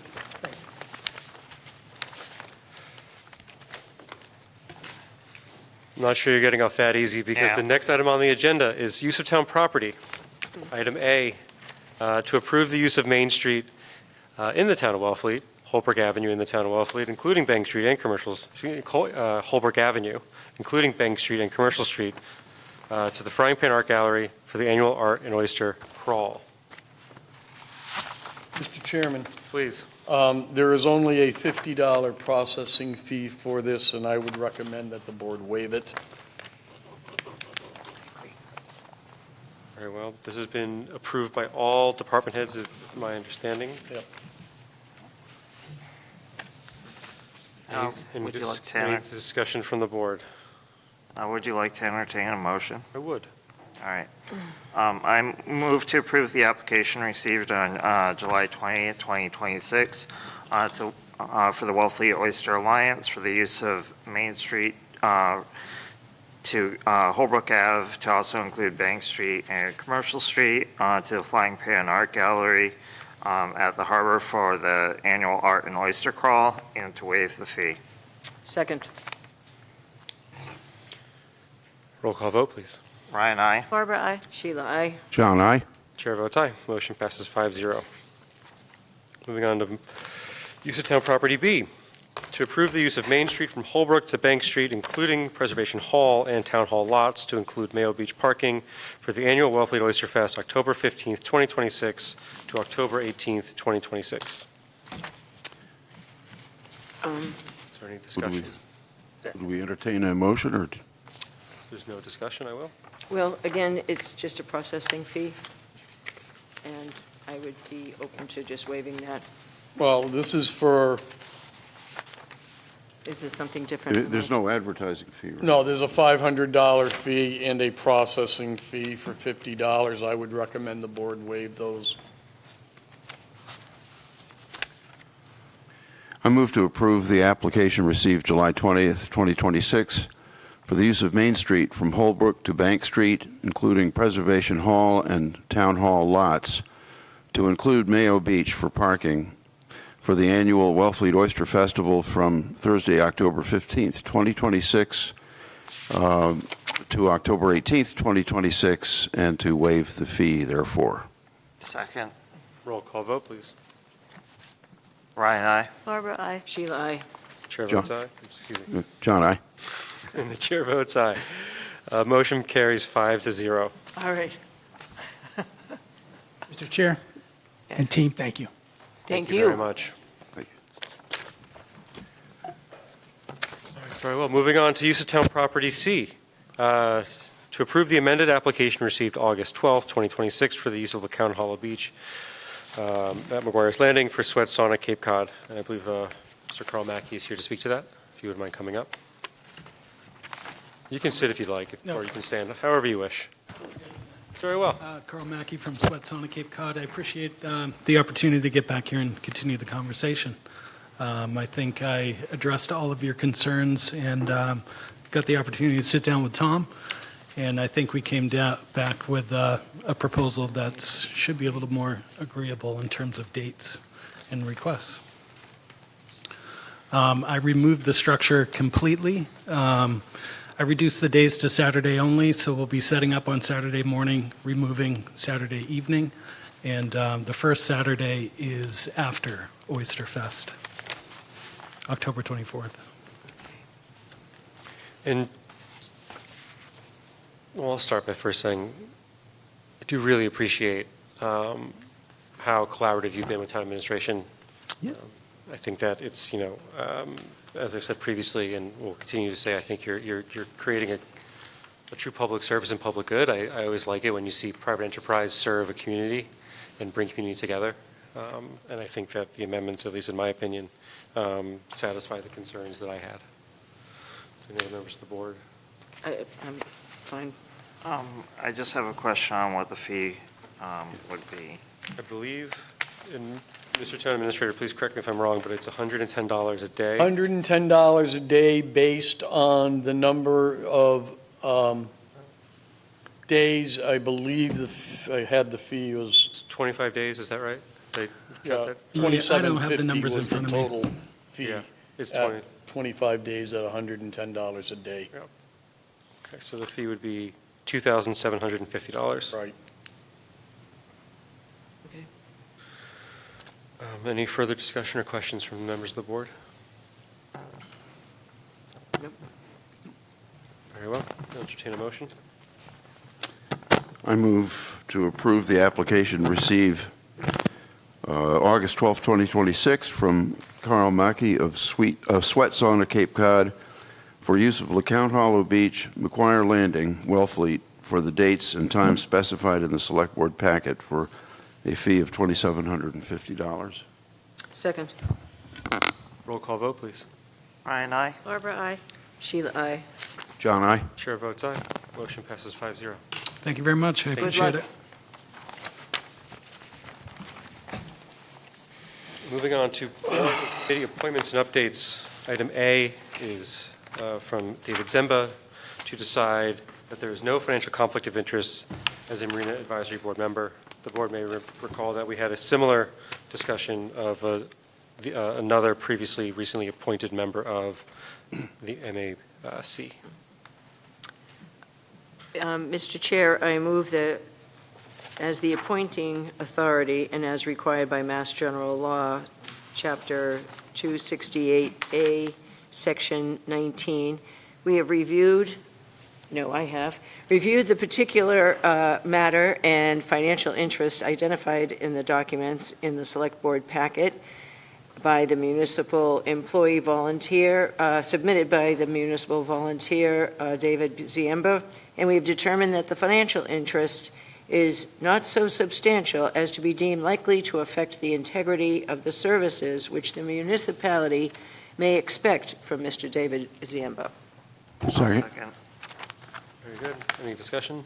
I just want to thank both Mr. Seitler and Mr. Zimba for filing these. So thank you. Yep. That's it. I agree. Very well. Roll call vote, please. Ryan, aye. Barbara, aye. Sheila, aye. John, aye. Chair votes aye. Motion carries 5-0. This is a procedural motion that we need to address. In the last few months, we've appointed a number of members to the Marine Advisory Committee. There was an error in the packets that led the board to believe that these were 3-year terms. However, when I reviewed the Marine Advisory charge, it states that there will be 2-year terms. So in order to conform with the charge of Marine Advisory Committee, we just need to amend the past motions that we've made for Mr. Coakley, Mrs. Wilson, Mr. Kane, Mr. Barrio, Mr. Zemba, Mr. Seitler to be 2-year terms instead of 3-year terms. A second. That wasn't actually a motion. That's what we're doing. Okay.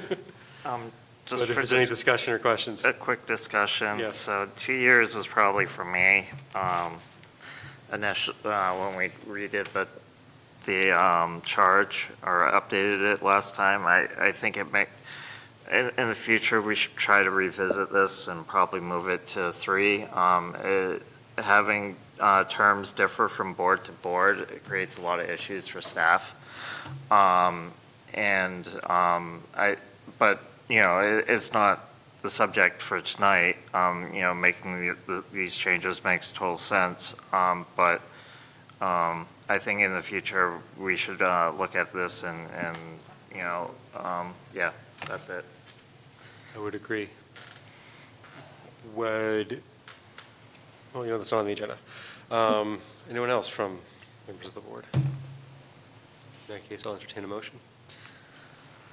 I move to amend the board's previous motions to appoint Kevin Coakley, Martha Wilson, Edward Kane, William Barrio, David Zimba, and David Seitler to the Marine Advisory Committee from 3-year appointments to 2-year appointments to conform with the Marine Advisory Committee's charge as amended on March 9th, 2023, with all terms expiring on, why would it be July 7th? I actually don't think that last sentence. With all terms expiring on June 30th, 2028. Second. Roll call vote, please. I apologize. I did July 7th because that's when you voted them the first 3. Yeah. Oh, it's similar to the length of a term. Most of the municipal appointments expire on June 30th, so yes.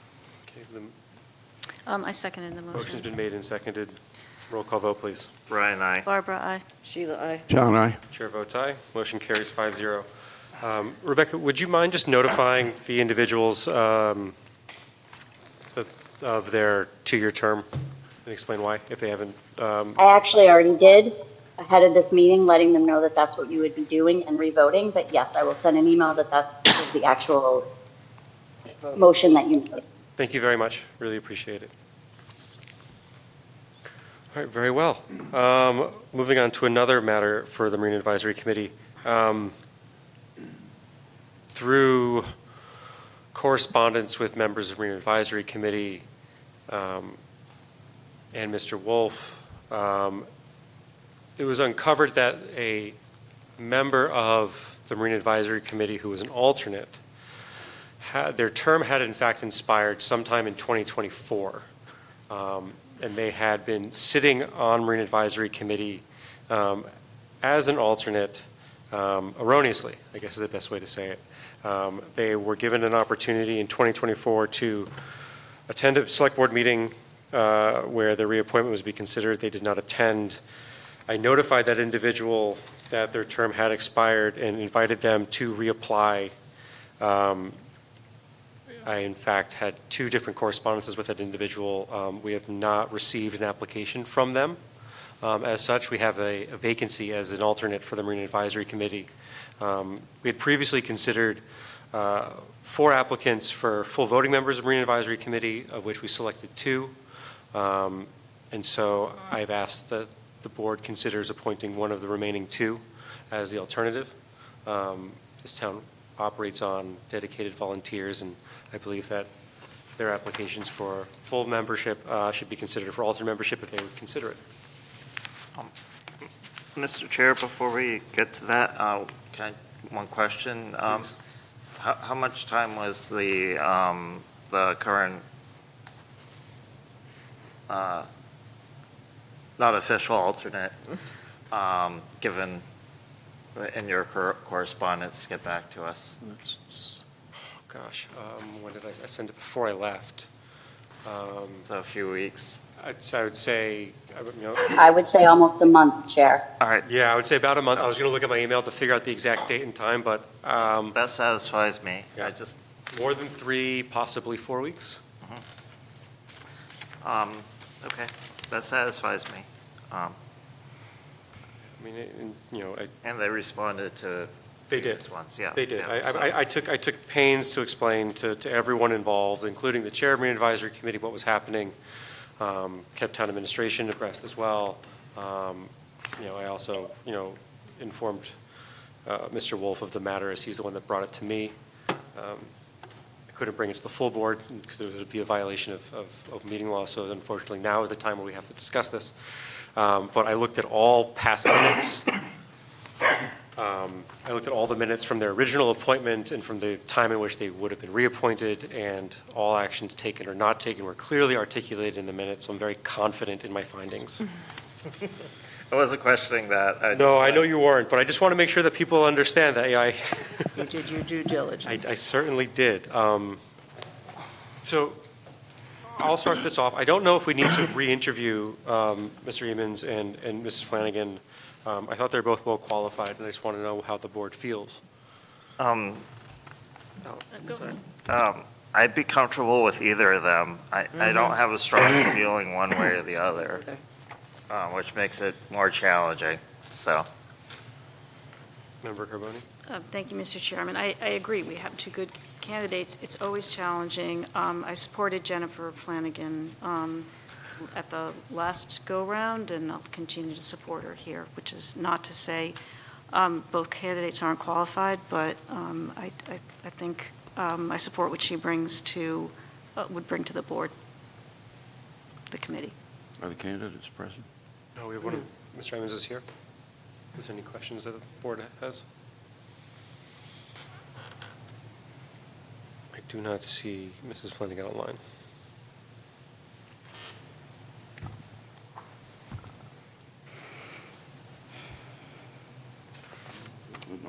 Unless it's Zoom user. I don't believe so. I did let them both know that they would be on tonight's agenda. I'm sorry? She let them both know this was on the agenda tonight. Oh, okay. Just for the record, I'm here. Yep. Right? Yes, he's here. This is never an easy decision. I think No. they're both well qualified and they're both fit to serve. And so if any member of the board has a strong opinion and wishes to make a motion, I'll entertain a motion. So I would make a motion if the chair will accept it. Very well. So I move to appoint Jennifer Flanagan as an alternate to Marina Advisory. Is there a second to that motion? I'll second. Any discussion on the motion? John? I was going to quote Woody Allen, 90% of life is showing up. Yeah, that's exactly right. And both have been notified. Through the chair, though, we have voted for people on previous occasions who weren't present. So to me, I wouldn't want to start that rule tonight arbitrarily. Oh, well, it has been used. Yeah, I mean, we've interviewed them both. We interviewed all of them. Particularly when we have multiple candidates for more seats than we have to fill, I would say we're a little bit more rigorous in our interviews for those. I'm still at that spot where I don't have a strong feeling for one over the other, but I'm fine if others do, so. Okay, so there has been a motion that has been seconded. Any further discussion? All I want to say is that I did think that Jennifer could bring a different perspective since she's not really, I believe they own a boat, but I don't know how, how entrenched or involved she's been with the marina or any of its politics there and decision-making. Although I do see Mr. Emmons here, and he is here. And he was here the last time, and it just shows that, to me, that he is more than willing to do the work. I do have a question for Mr. Emmons. Okay. To the chair, if that would be appropriate. I'm trying to think of the procedural. Or should we take the vote first? Yeah, it would be appropriate either to withdraw the motion and then ask the question and open it back up to discussion, or we can move on the motion on the floor and then ask questions. I think we should vote. In that case, I'll ask for a roll call vote, please. Ryan, aye. Barbara, aye. Sheila, no.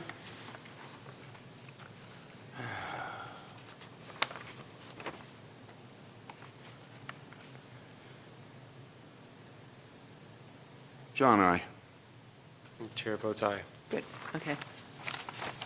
Thank you for coming tonight. I do want to say, Mr. Thank Evans, you. that we are deeply appreciative. We hope do that have an updated list of vacancies in our packet. I know it's not available online, but I know Rebecca. The packet's available online. It is? Yes. It wasn't earlier today. Could have sworn I found it. It was. It's just, the new website is a little hard to navigate, but it is available online. It was updated. Okay. It's uploaded on Friday. So we do have other vacancies, multiple other vacancies, and I would encourage you to review that and see if one of them sparks your interest as well. And I think we Thank you should very much. maybe keep this, yeah. Mr. Thank Chairman, you. Is it okay if I just go hand him a copy of this? If that- Yes, Yeah. yes. So- 1 second, Mr. Emmons. Yeah.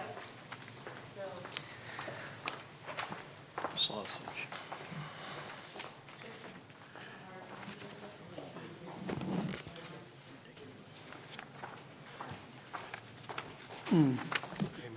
Moving on to item D of board and committee appointments and updates. Joseph McLaughlin, to be considered to be appointed as a voting member of the Wellfleet Cultural Council for a term of 3 years. Can you come up, please? Here you are. Oh, you can sit down if you like.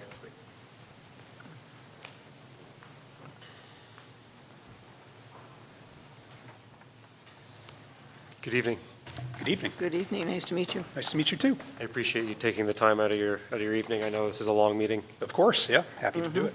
I'll start this off by asking a standard set of questions that I ask everyone who's applying for a position, which is to please introduce yourself, speak to your interest as to why you're applying for this position, and any past experiences or qualifications that would you would provide to this group.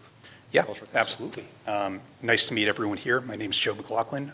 I've been a full-time resident of Wellfleet since 2020. I grew up in Eastham on the Outer Cape, so Wellfleet is near and dear to my heart. I think for this position, specifically on the Cultural Council, I think one of the things that makes Wellfleet and the Outer Cape in general unique is the, I guess, unique arts and cultural programming that we have in this town and in this region. I think it drives tourism, obviously, which has an economic benefit, and it's really, as someone who grew up here, really important to the livelihood and, lifestyle of the people who live here. I think, being a part of trying to sustain that and hopefully, ideally, grow it in a way I can, I am not an artist myself, is really important to me, and that's really why I'm interested in this position. Excellent. Thank you. Any questions from the board? I'll ask, just because I've asked the previous ones the same question. What is your interest in the arts? I know you're just speaking, he's about the importance here, but what's your personal interest in the arts itself? Are you asking, and sorry for the clarification, are you asking what I personally find what you're interesting? Drawn to, or not what you find interesting, what you're drawn to in terms of the arts overall as a field? Yeah, I think in the context of this, it's the thing that jumps into my mind first is experiential, things that I guess enrich the community for really what kind of comes to mind is full-time residents, especially kids, things like that allow them to kind of grow and flourish, hopefully, in that environment. It's something that, I guess continuing to live here and, see hopefully the rest of my life here as well. It's just an important, I think, flavor of the community that is, having lived other places, is not quite as present, and I think is something that is really important to hold on to, so. Well, thank you. Any other questions from the board? Just for the board, the Cultural Council, their terms are a little bit different, so they don't expire uniformly on June 30th. So the motion as is drafted in our packet is correct. I know Rebecca's checked on this. Yep. So it is kind of a funky one, so. And I just want to say that the fact that you were a lifeguard here for, 5 years, I think that gives you some Wellfleet credit as well. I find this is a growing and dynamic council, and I think they're doing a great job, and I think you'll have a great time on it, good people. So I don't have any other questions or comments other than making a motion if everybody's ready. Please. I move to appoint Joseph McLaughlin as a voting member to the Wellfleet Cultural Council for a term of 3 years to expire August 18th, 2029, and to be sworn in by the town clerk before voting at an upcoming meeting. You just go into Jennifer and she'll swear you in and give you open meeting information, what you have to do. Second. Roll call vote, please. Brian, aye. Barbara, aye. Sheila, aye. John, aye. Chair votes aye. Thank you very much. Here's All right, my nice shield. to meet Thank you you. very Nice to much. meet you as well. Moving on to board and committee appointments and updates E. David Arano to be appointed as a voting member of the Wellfleet Board of Registrars for a term of 3 years. I'm sure our clerk I would see like- him online. If we can recognize him, please.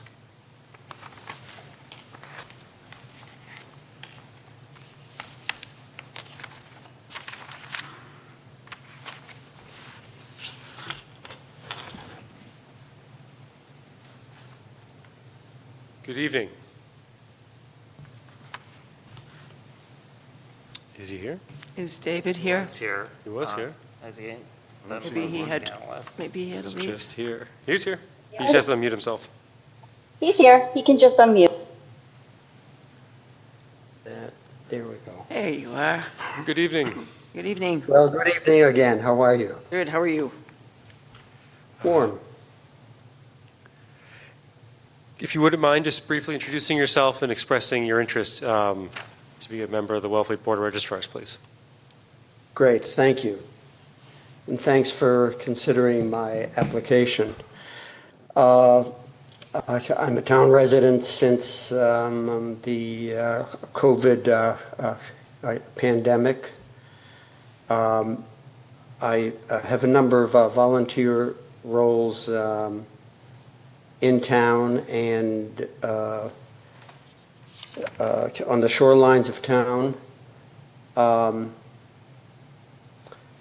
My interest in this position sort of has two parts. One is I like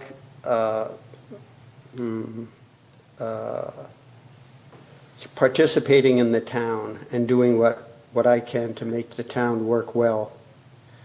In this case, it's particularly about supporting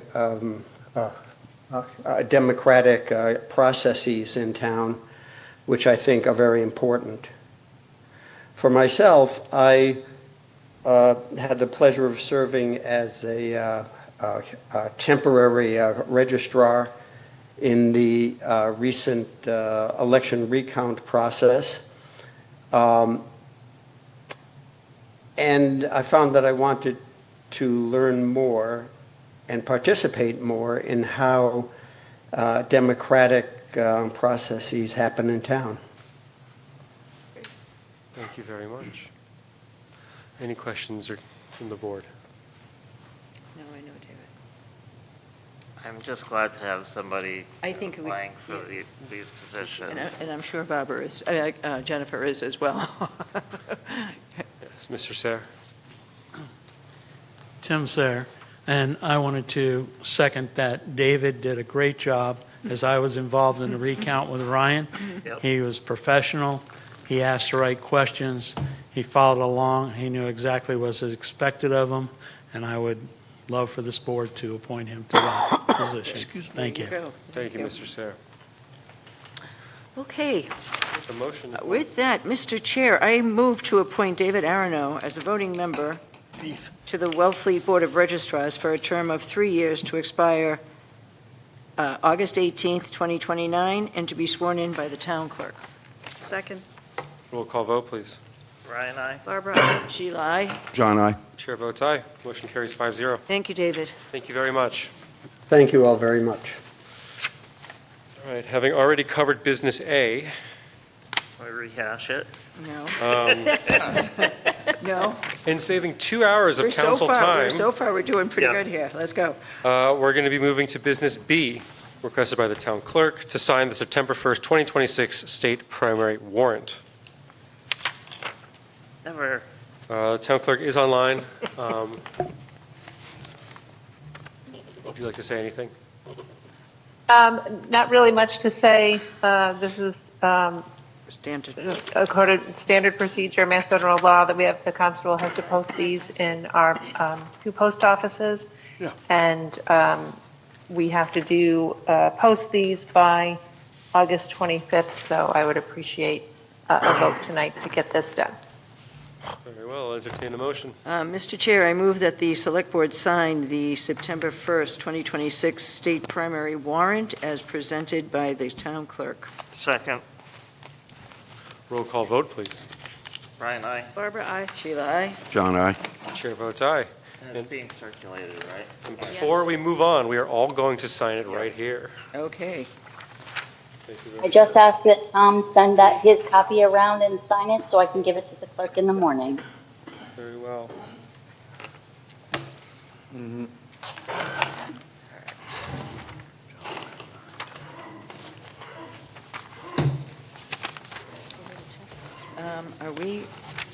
Are we going into an executive session? No. No.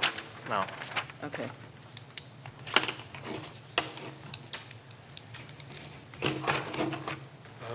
All right, Mr. Wolf, just leave it to step out for a minute. We are, as stated previously at the top of the meeting, we are not going to be addressing business C. So moving on to business D. So I will kick this off. I had about 5 in here, and I must have been using them. Wait for John to come back.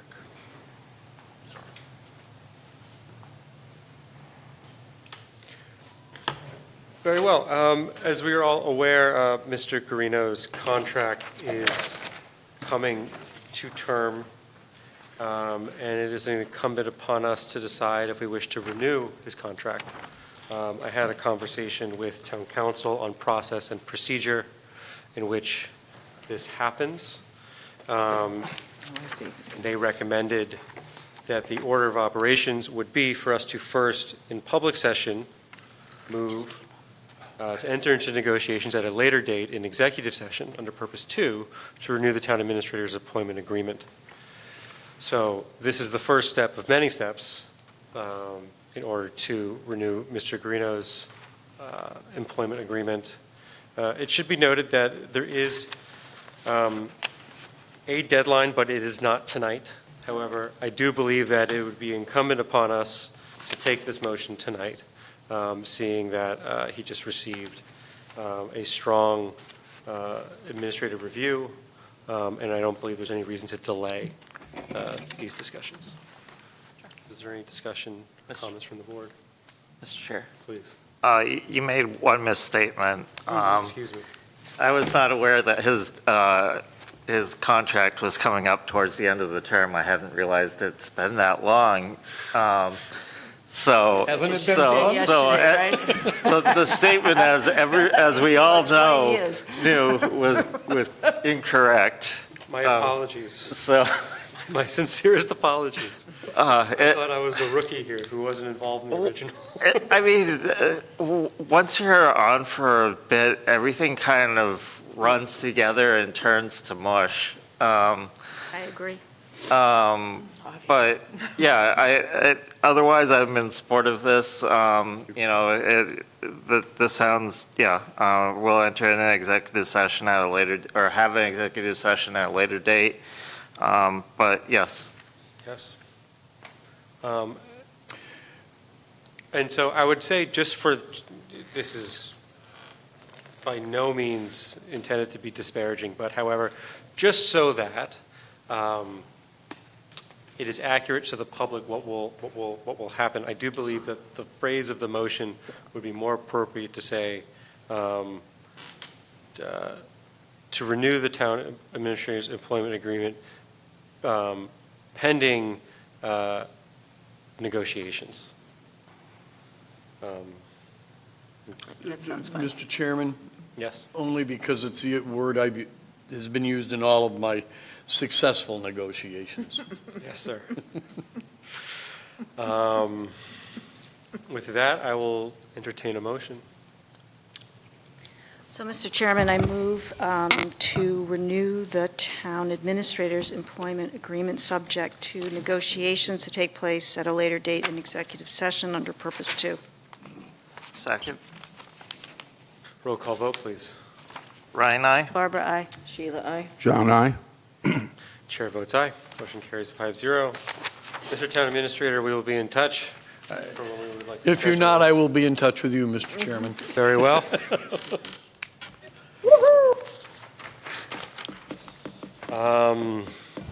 Okay.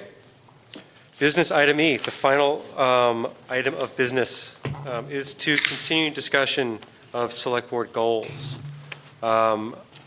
In between our last meeting and this meeting, I had asked the town administrator and the assistant town administrator to give their input. As we remember, we had concluded the previous working session by saying that we would work towards refining this list. It was a good, productive meeting, I believe, where we proposed lots of opportunities, strong goals, and lots of objectives under each goal. However, I think we all agreed by the end of the meeting, the number of objectives might have been too ambitious, and we may want to call them down. We may want to remove some. We may want to amend some. And so I would just like to start with, however, just the priorities. And I did take the liberty taking the advice of Member Carboni in splitting government operations and capital improvements into separate priorities. So in last meeting, we had 5, we now have 6.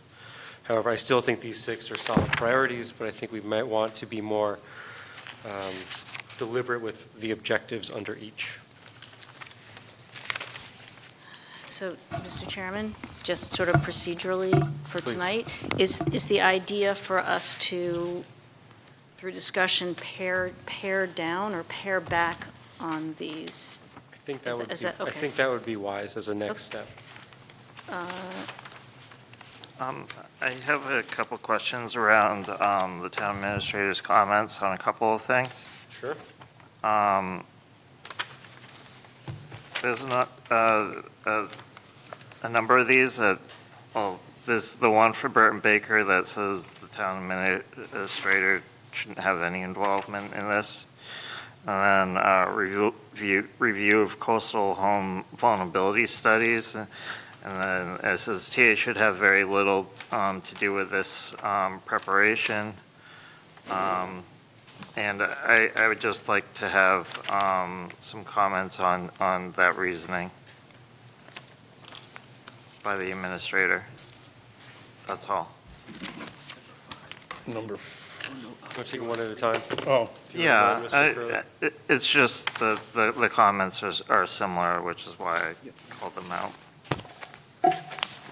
Yeah. So the first one is under 3.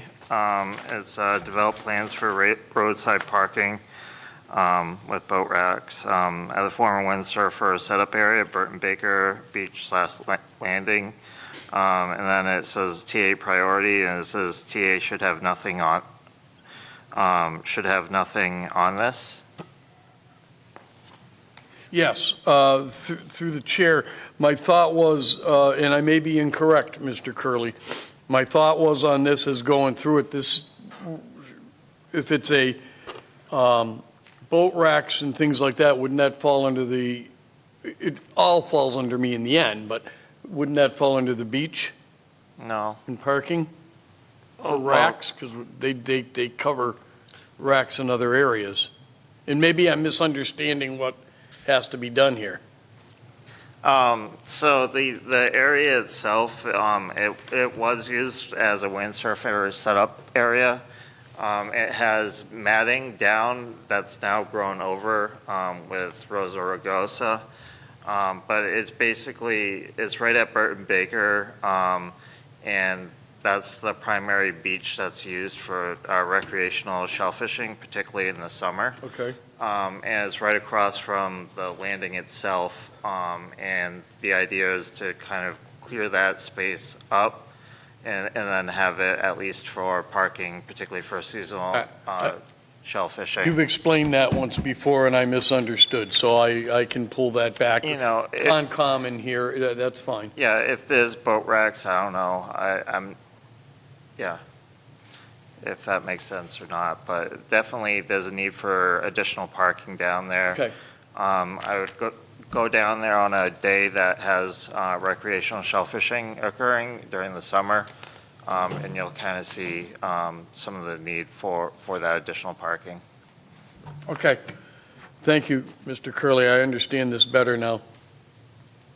And I'm not looking, not looking for something paved or anything like that, just like. Just clear it out so they can park, okay. And then number 5. 5 was. Yeah, that's a vulnerability project. My point there was, as I responded to you in an email not too many weeks ago, when you had questioned the vulnerability 2.0. Oh, not that one. Sorry? This is the,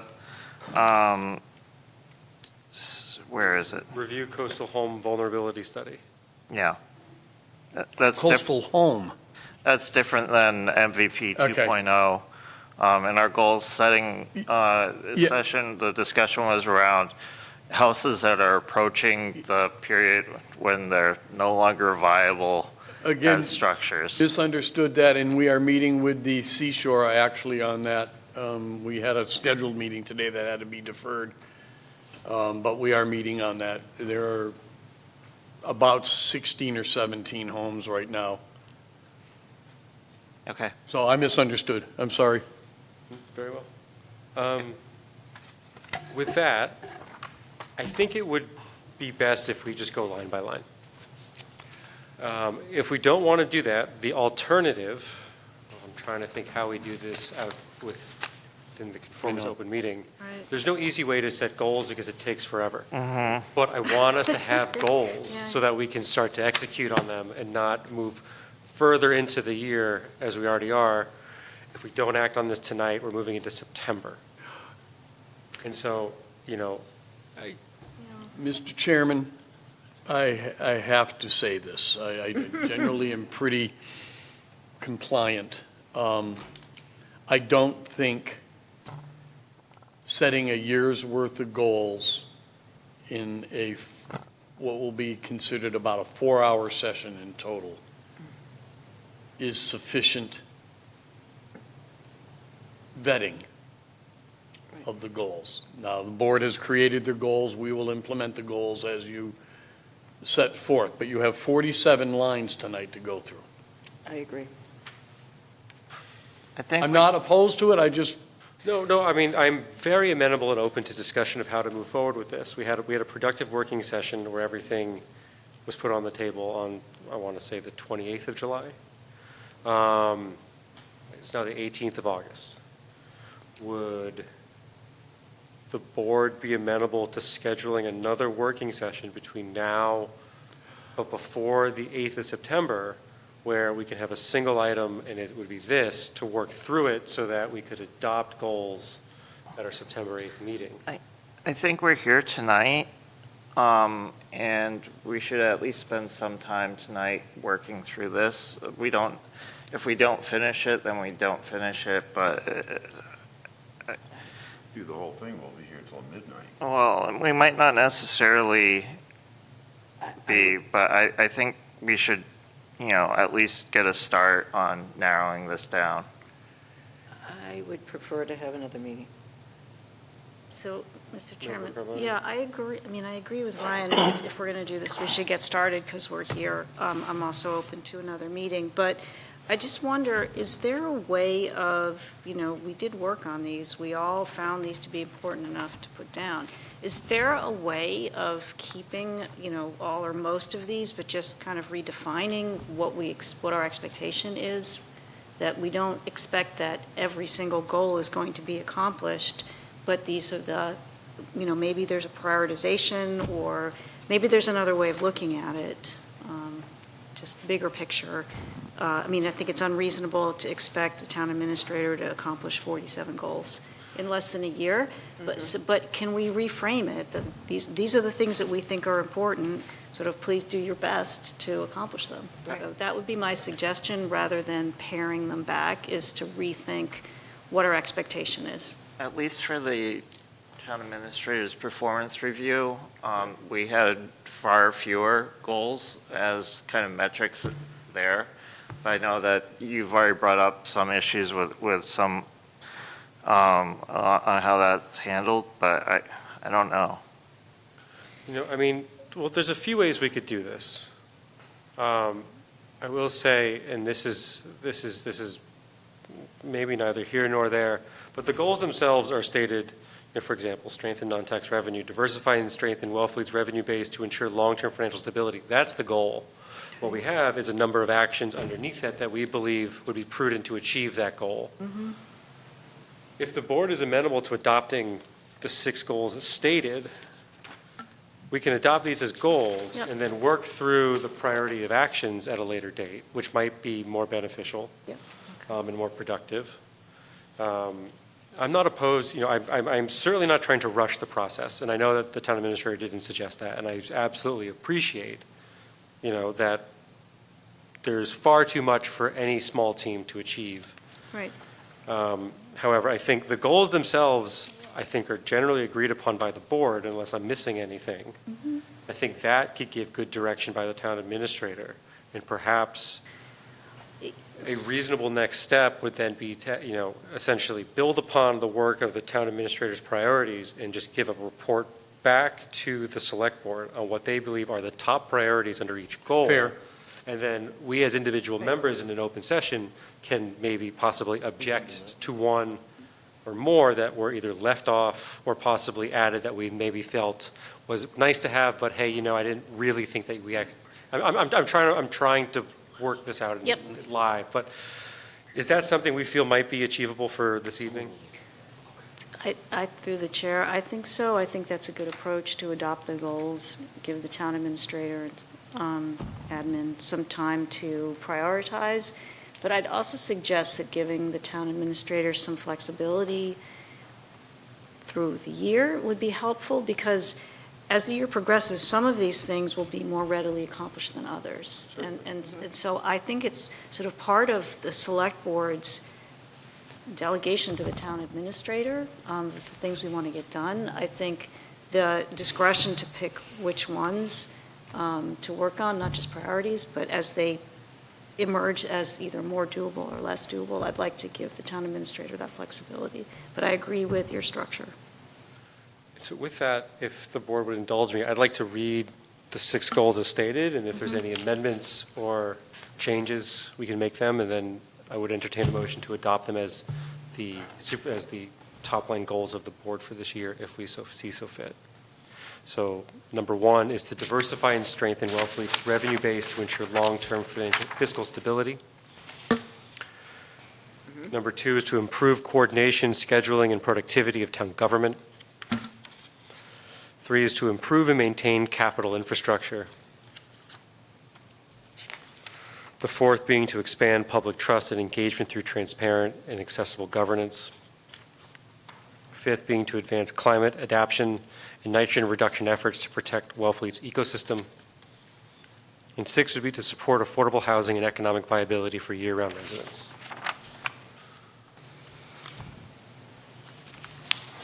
Does the board have any amendments to the language of those 6 goals? Would the board be open to entertaining a motion to adopt those as the goals for the select board for the fiscal year of 2027?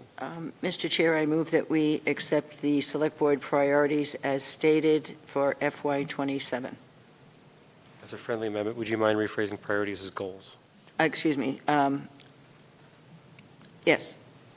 Is I there- amend my statement to say goals as opposed to priorities. Second. Any further discussion? Just for discussion, this is fine, but generally, we'll get to it at a later date, but there has to be some specificity in these eventually, and the longer we wait, the harder it will be for the town administrator to work on some. But yeah, you do want some degree of specificity on what exactly you're looking for. I know this has a lot of different things in it currently, but if it's, if he's evaluated against something fairly nebulous, it becomes very difficult, because people will have different interpretations as to what was the important things to try to work under those. I forget the acronyms, but there's acronyms on SMART. like anything with government. SMART goals. Yeah, there we go. I'm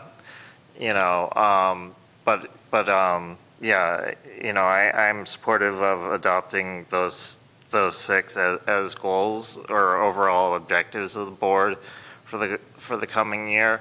But we do need to provide some specificity eventually, and fairly soon. Right, and through the chair, yeah, I agree with Ryan, but I think that is also connected to what you said earlier, Josh, about revising the process by which we evaluate the town administrator. I couldn't agree more. Mr. Chairman, my apologies. You can call me Ishmael for all I care. So I agree that they dovetail in, and sometimes just asking the question is the important first step, but not necessarily having the answer. And so the motion has been made and seconded. I'll take a roll call vote, please. Brian, aye. Barbara, aye. Sheila, aye. John, I. Chair votes aye. Mr. Chairman. Before we continue, when we move on, while we're still on this agenda topic. Yeah, this was on this topic. Oh, well then, please you go, then I'll finish. Thank you, Mr. Chairman.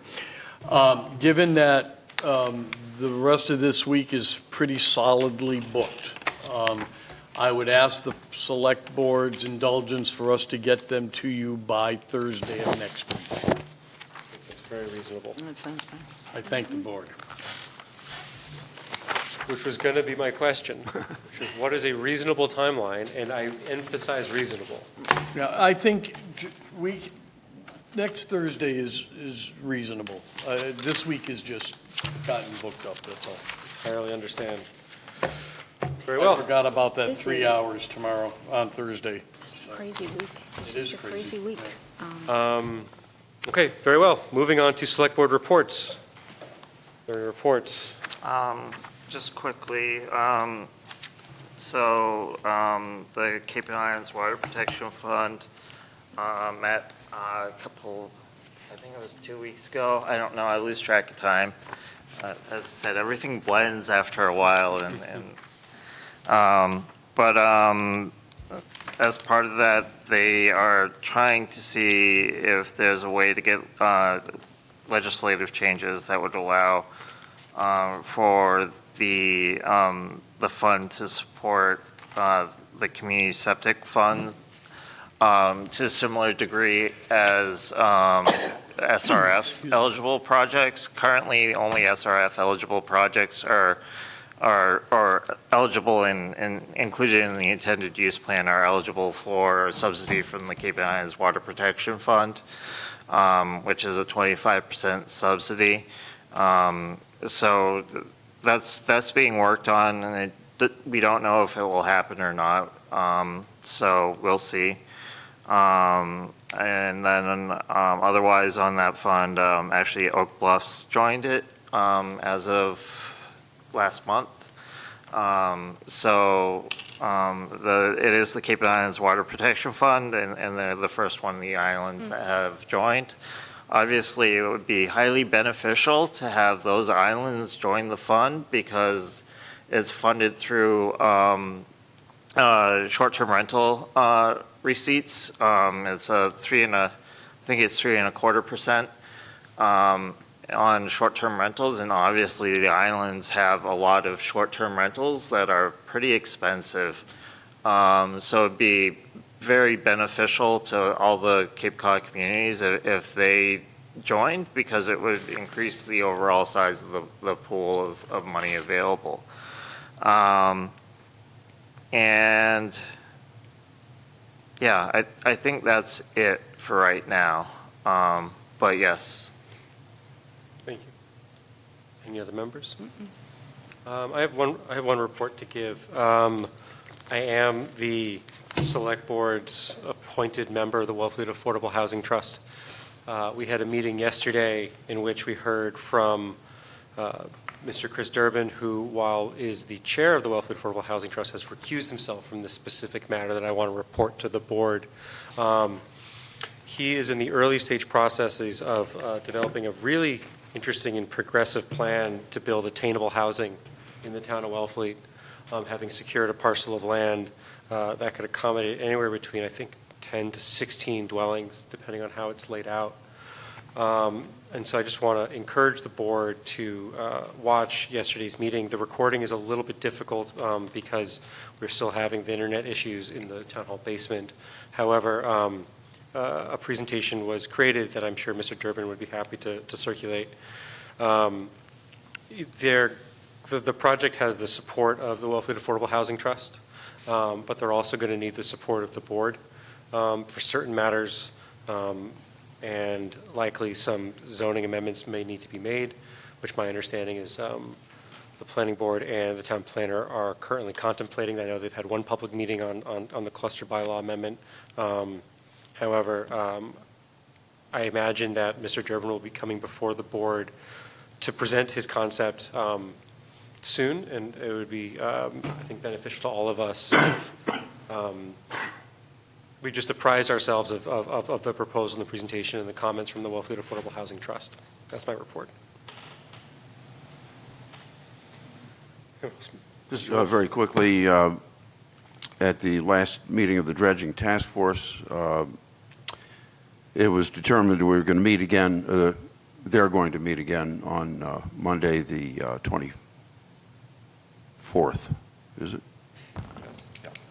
Yeah. At this point, the permitting process is somewhat ahead of schedule for the possibility of dredging in October of 2027. Of course, the big issue is funding, and we are hoping to have you and Mr. Guarino at the meeting on Monday. I should report, thank you for reminding me, that I was invited to the Dredging Task Force meeting, and I am happily going to attend. I imagine Mr. Wolf will also be there, which brings the number to 2. So if a third member of the board intends to join it or attend or participate, please let Rebecca know so that she can post it on the town website that there may be a quorum present, so that participation may be allowed. Mr. Chairman, that needs to be done by close of business on Thursday to make the posting correct. Thank you. With that, we'll move on to topics for future discussion, unless there's any more reports. Nope. Very good. Topics for future discussion. Do we have any from the board? Excuse me, Mr. Chair, I do have a report. Please. I did attend the 65th anniversary of the National Seashore, the signing of the National Seashore. It's been 65 years, in a way, 3 generations. Sort of like when people came off the boat, they made different treaties and with Indians and that sort of thing, and life went pretty well up until about the 3rd generation, where those things were kind of forgotten. And it was very inspiring to really hear. They had their historian archivalist there, Billy Burke, and he went over like really the history and how hard it was to bring this park together within established towns, and how really the agreement, in making a lot of different concessions, the agreement back was, stewardship and partnership. So I'd like to, renew those commitments because they do get forgotten, and the reason why it is a very special thing to have happened.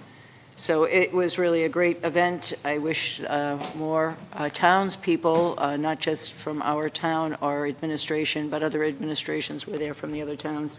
Tom was there, I was there, and a lot of people from the JFK Library were there, and other people, but it was really a lovely ceremony. And happy birthday to the National Park. Very well. Thank you. Topics for future discussion. It's kind of related to the park. It's community. I'm sorry. Normally you don't have to remind me. Community fire protection plan. There is a structure that governs fire responses within communities that have national parks within them. It's very common in the western states for there to be community, how do I phrase it? Community, I think it's actually community wildfire protection plans. I have to look it up, but there's a whole process on how to develop them. It's in partnership with the Park Service and the local towns. I think that, particularly where the fire or the seashore's been has reduced the national government has reduced the amount of park rangers associated with fire protection within the parks. that it is important. And then, we also just had a fire out in the park last month that was, by the ponds. It's fairly remote out there. If we have, something that starts and isn't contained very quickly, it would be very difficult to bring under control. And I think that having a formalized community wildfire protection plan would be helpful. And that's kind of as a future agenda item, and it would be basically rather than a full discussion of it, a request to the Park Service to start exploring that, because everything takes forever with parks, so. Understood. Member Lyons?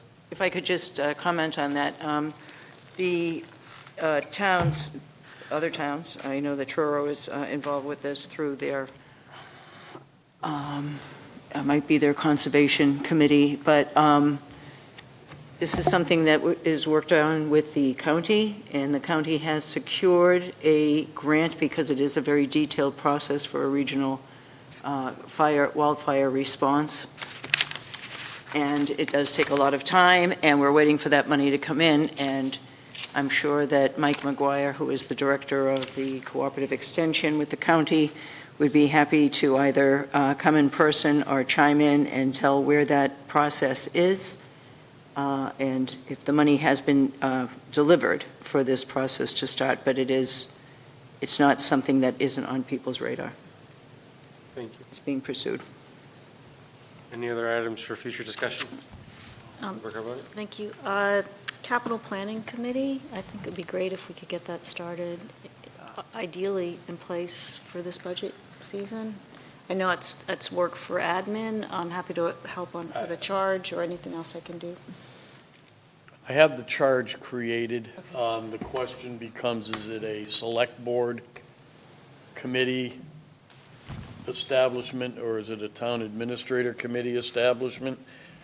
Town administrator. Well, let's put it on an agenda. We're not going to deliberate on that this evening, but it's a good item. For an agenda. Agreed. That will come into the discussion. Sure. Okay. Any other items for future discussion? I actually have 3. Okay. Marine Advisory Committee terms, to follow up on that. So we can read. I'd like to explore if it makes sense to kind of revisit the Cable and Internet Advisory Committee and make it into like a technology council for the town. And then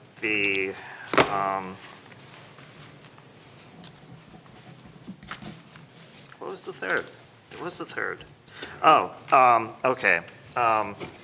This one will be kind of actually probably for the sewer commission, but I think we should look at exploring a district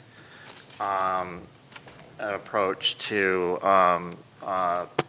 sewering, and that is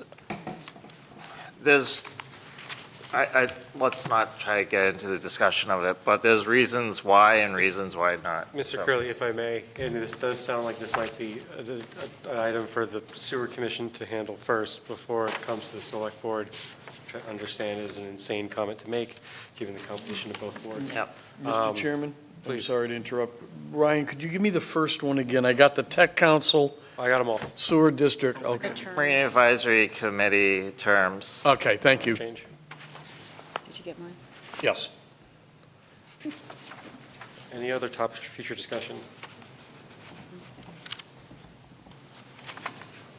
So, what a few members, I think, are aware, but should also be made note for the general public, is that when an individual proposes a topic for future discussion, it's usually customary for me to email that member to prepare documents and any other required legwork that would then go into a packet for that item. And I prefer to bring it onto the agenda after that item has been thoroughly vetted and documents have been prepared so we can have a fruitful discussion. We can debate marine advisory term for. I'm just saying. Yeah, let's go back to 3. Expect emails, expect emails, but I think I'm going to produce copious documentation. No. Okay, moving on. Vacancy reports. I think we received a new vacancy report amended today, but it's not in the printed packet. But I just want to call out that there is one vacancy for the Affordable Housing Trust, although I do believe we just received an application. We have one voting member and 2 alternate positions for the Board of Health. I'm sorry, I have to amend that, but we have 2 voting member positions open and 2 alternates for the Board of Health. We just filled the vacancy for the Board of Registrars. We have 2 voting positions open and 1 alternate position open on the Board of Water Commissioners. We have 1 voting position open for the Bylaw Committee, 2 voting positions open for the Cable, Internet, and Cellular Service Advisory Committee. We have one voting position open for the Commission on Disabilities, 1 voting position and 2 alternate positions for the Conservation Commission, and we have 2 voting member vacancies for the Cultural Council. We also have 3 voting positions open for the Dredging Task Force, 1 voting position open for the Energy and Climate Action Committee. We have 2 voting member vacancies open for the Finance Committee and 2 alternates. However, that is not appointed by the Select Board, but if you are interested, please reach out to the town moderator. The Local Housing Partnership needs a Planning Board representative and 1 Community Preservation Committee representative. I will, I suppose, ask town administration to notify both the planning board and the CPC to assign members at their next meeting. And then we also have 1 vacancy on the Open Space Committee. We also have, I believe, 1 alternate position open on the planning board and 2 voting positions open on the Recreation Committee, 1 voting member vacancy on the Recycling Committee, and 2 alternate vacancies. And that's it. I should also underscore that we have a tremendous number of townspeople who are volunteering their time on these committees and boards. And so while there does appear to seem to be a number of vacancies, there are scores upon scores of members of our community that are giving their time on a volunteer basis. And this town relies on volunteers, and we thank all of them deeply. But if you know somebody who wants to get involved, getting involved in a town board or committee is a great way to start. I got involved because Kathleen Bacon posted on Facebook that the Cable, Internet, and Cellular Service Committee had a new charge change. And when I had asked, can non-residents participate, she quickly said yes, and that's how I got involved in town governance. And it was a tremendous experience. And so there are, I think, a lot of people in this community that would be terrific members of these various boards and committees, and I think it's incumbent upon not just members of the board, but anyone who might still be listening to this meeting, and certainly people that might be listening to this recording, to please reach out to your neighbors and ask them if they'd be willing to serve. We very much would like their service. Thank you. Mr. Chair? Please. I have one thing on that, and then actually another topic. So, one is we're coming up on it. Is eventually will be the postcard for town meeting. If we can have something on there that tells people where they can find information on how to serve the town, that would be helpful. I mean, that goes to every every registered voter, and it's a good way to cover. I'm not going to digress too far into that. You may be able to just QR code it. Yeah, a QR code, and then send them straight to a page, and then something like that. You can even have like, we want you type photo on it. But then the second one is actually, we need to start reviewing the town meeting warrant, and that's a topic for future agendas. And the sooner we start working on that, the easier it will be to close it. So. In regards. The warrant will be on your first September meeting. Thank you. Thank you, Rebecca. When is the deadline for articles to be submitted?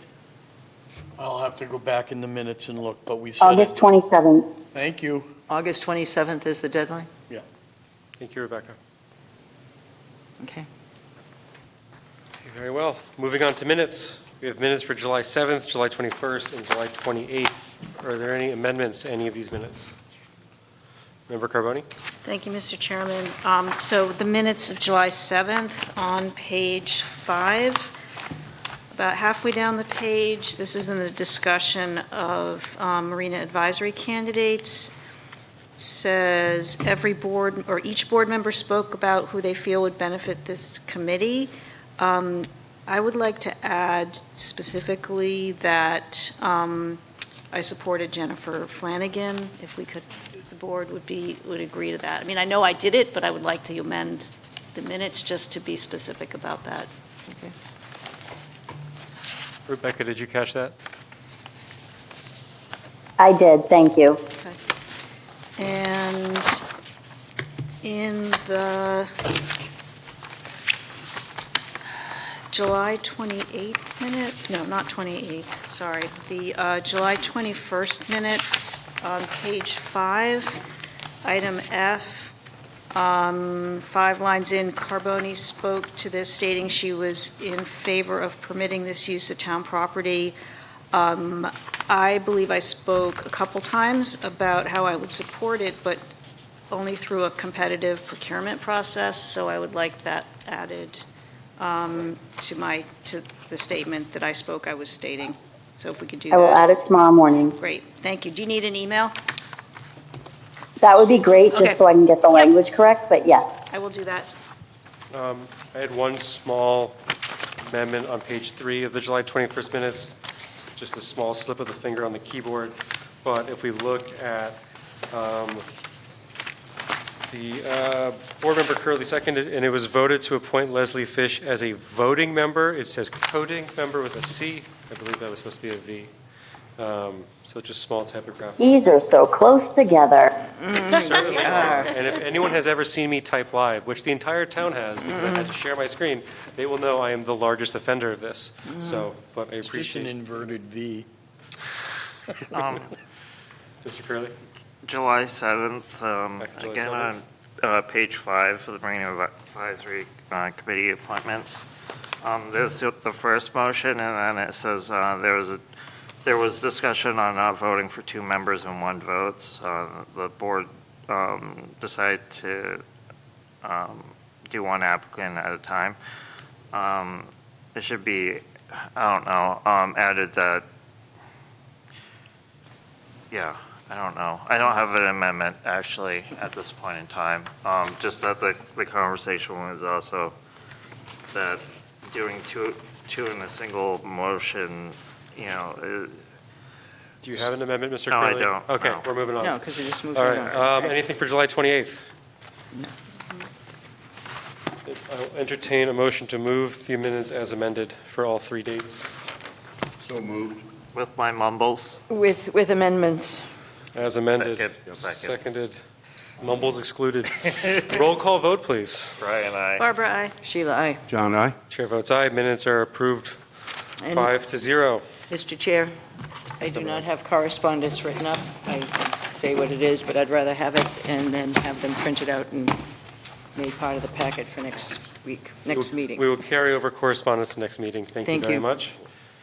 With that, do I have a motion to adjourn? So moved. Second. Roll call vote, please.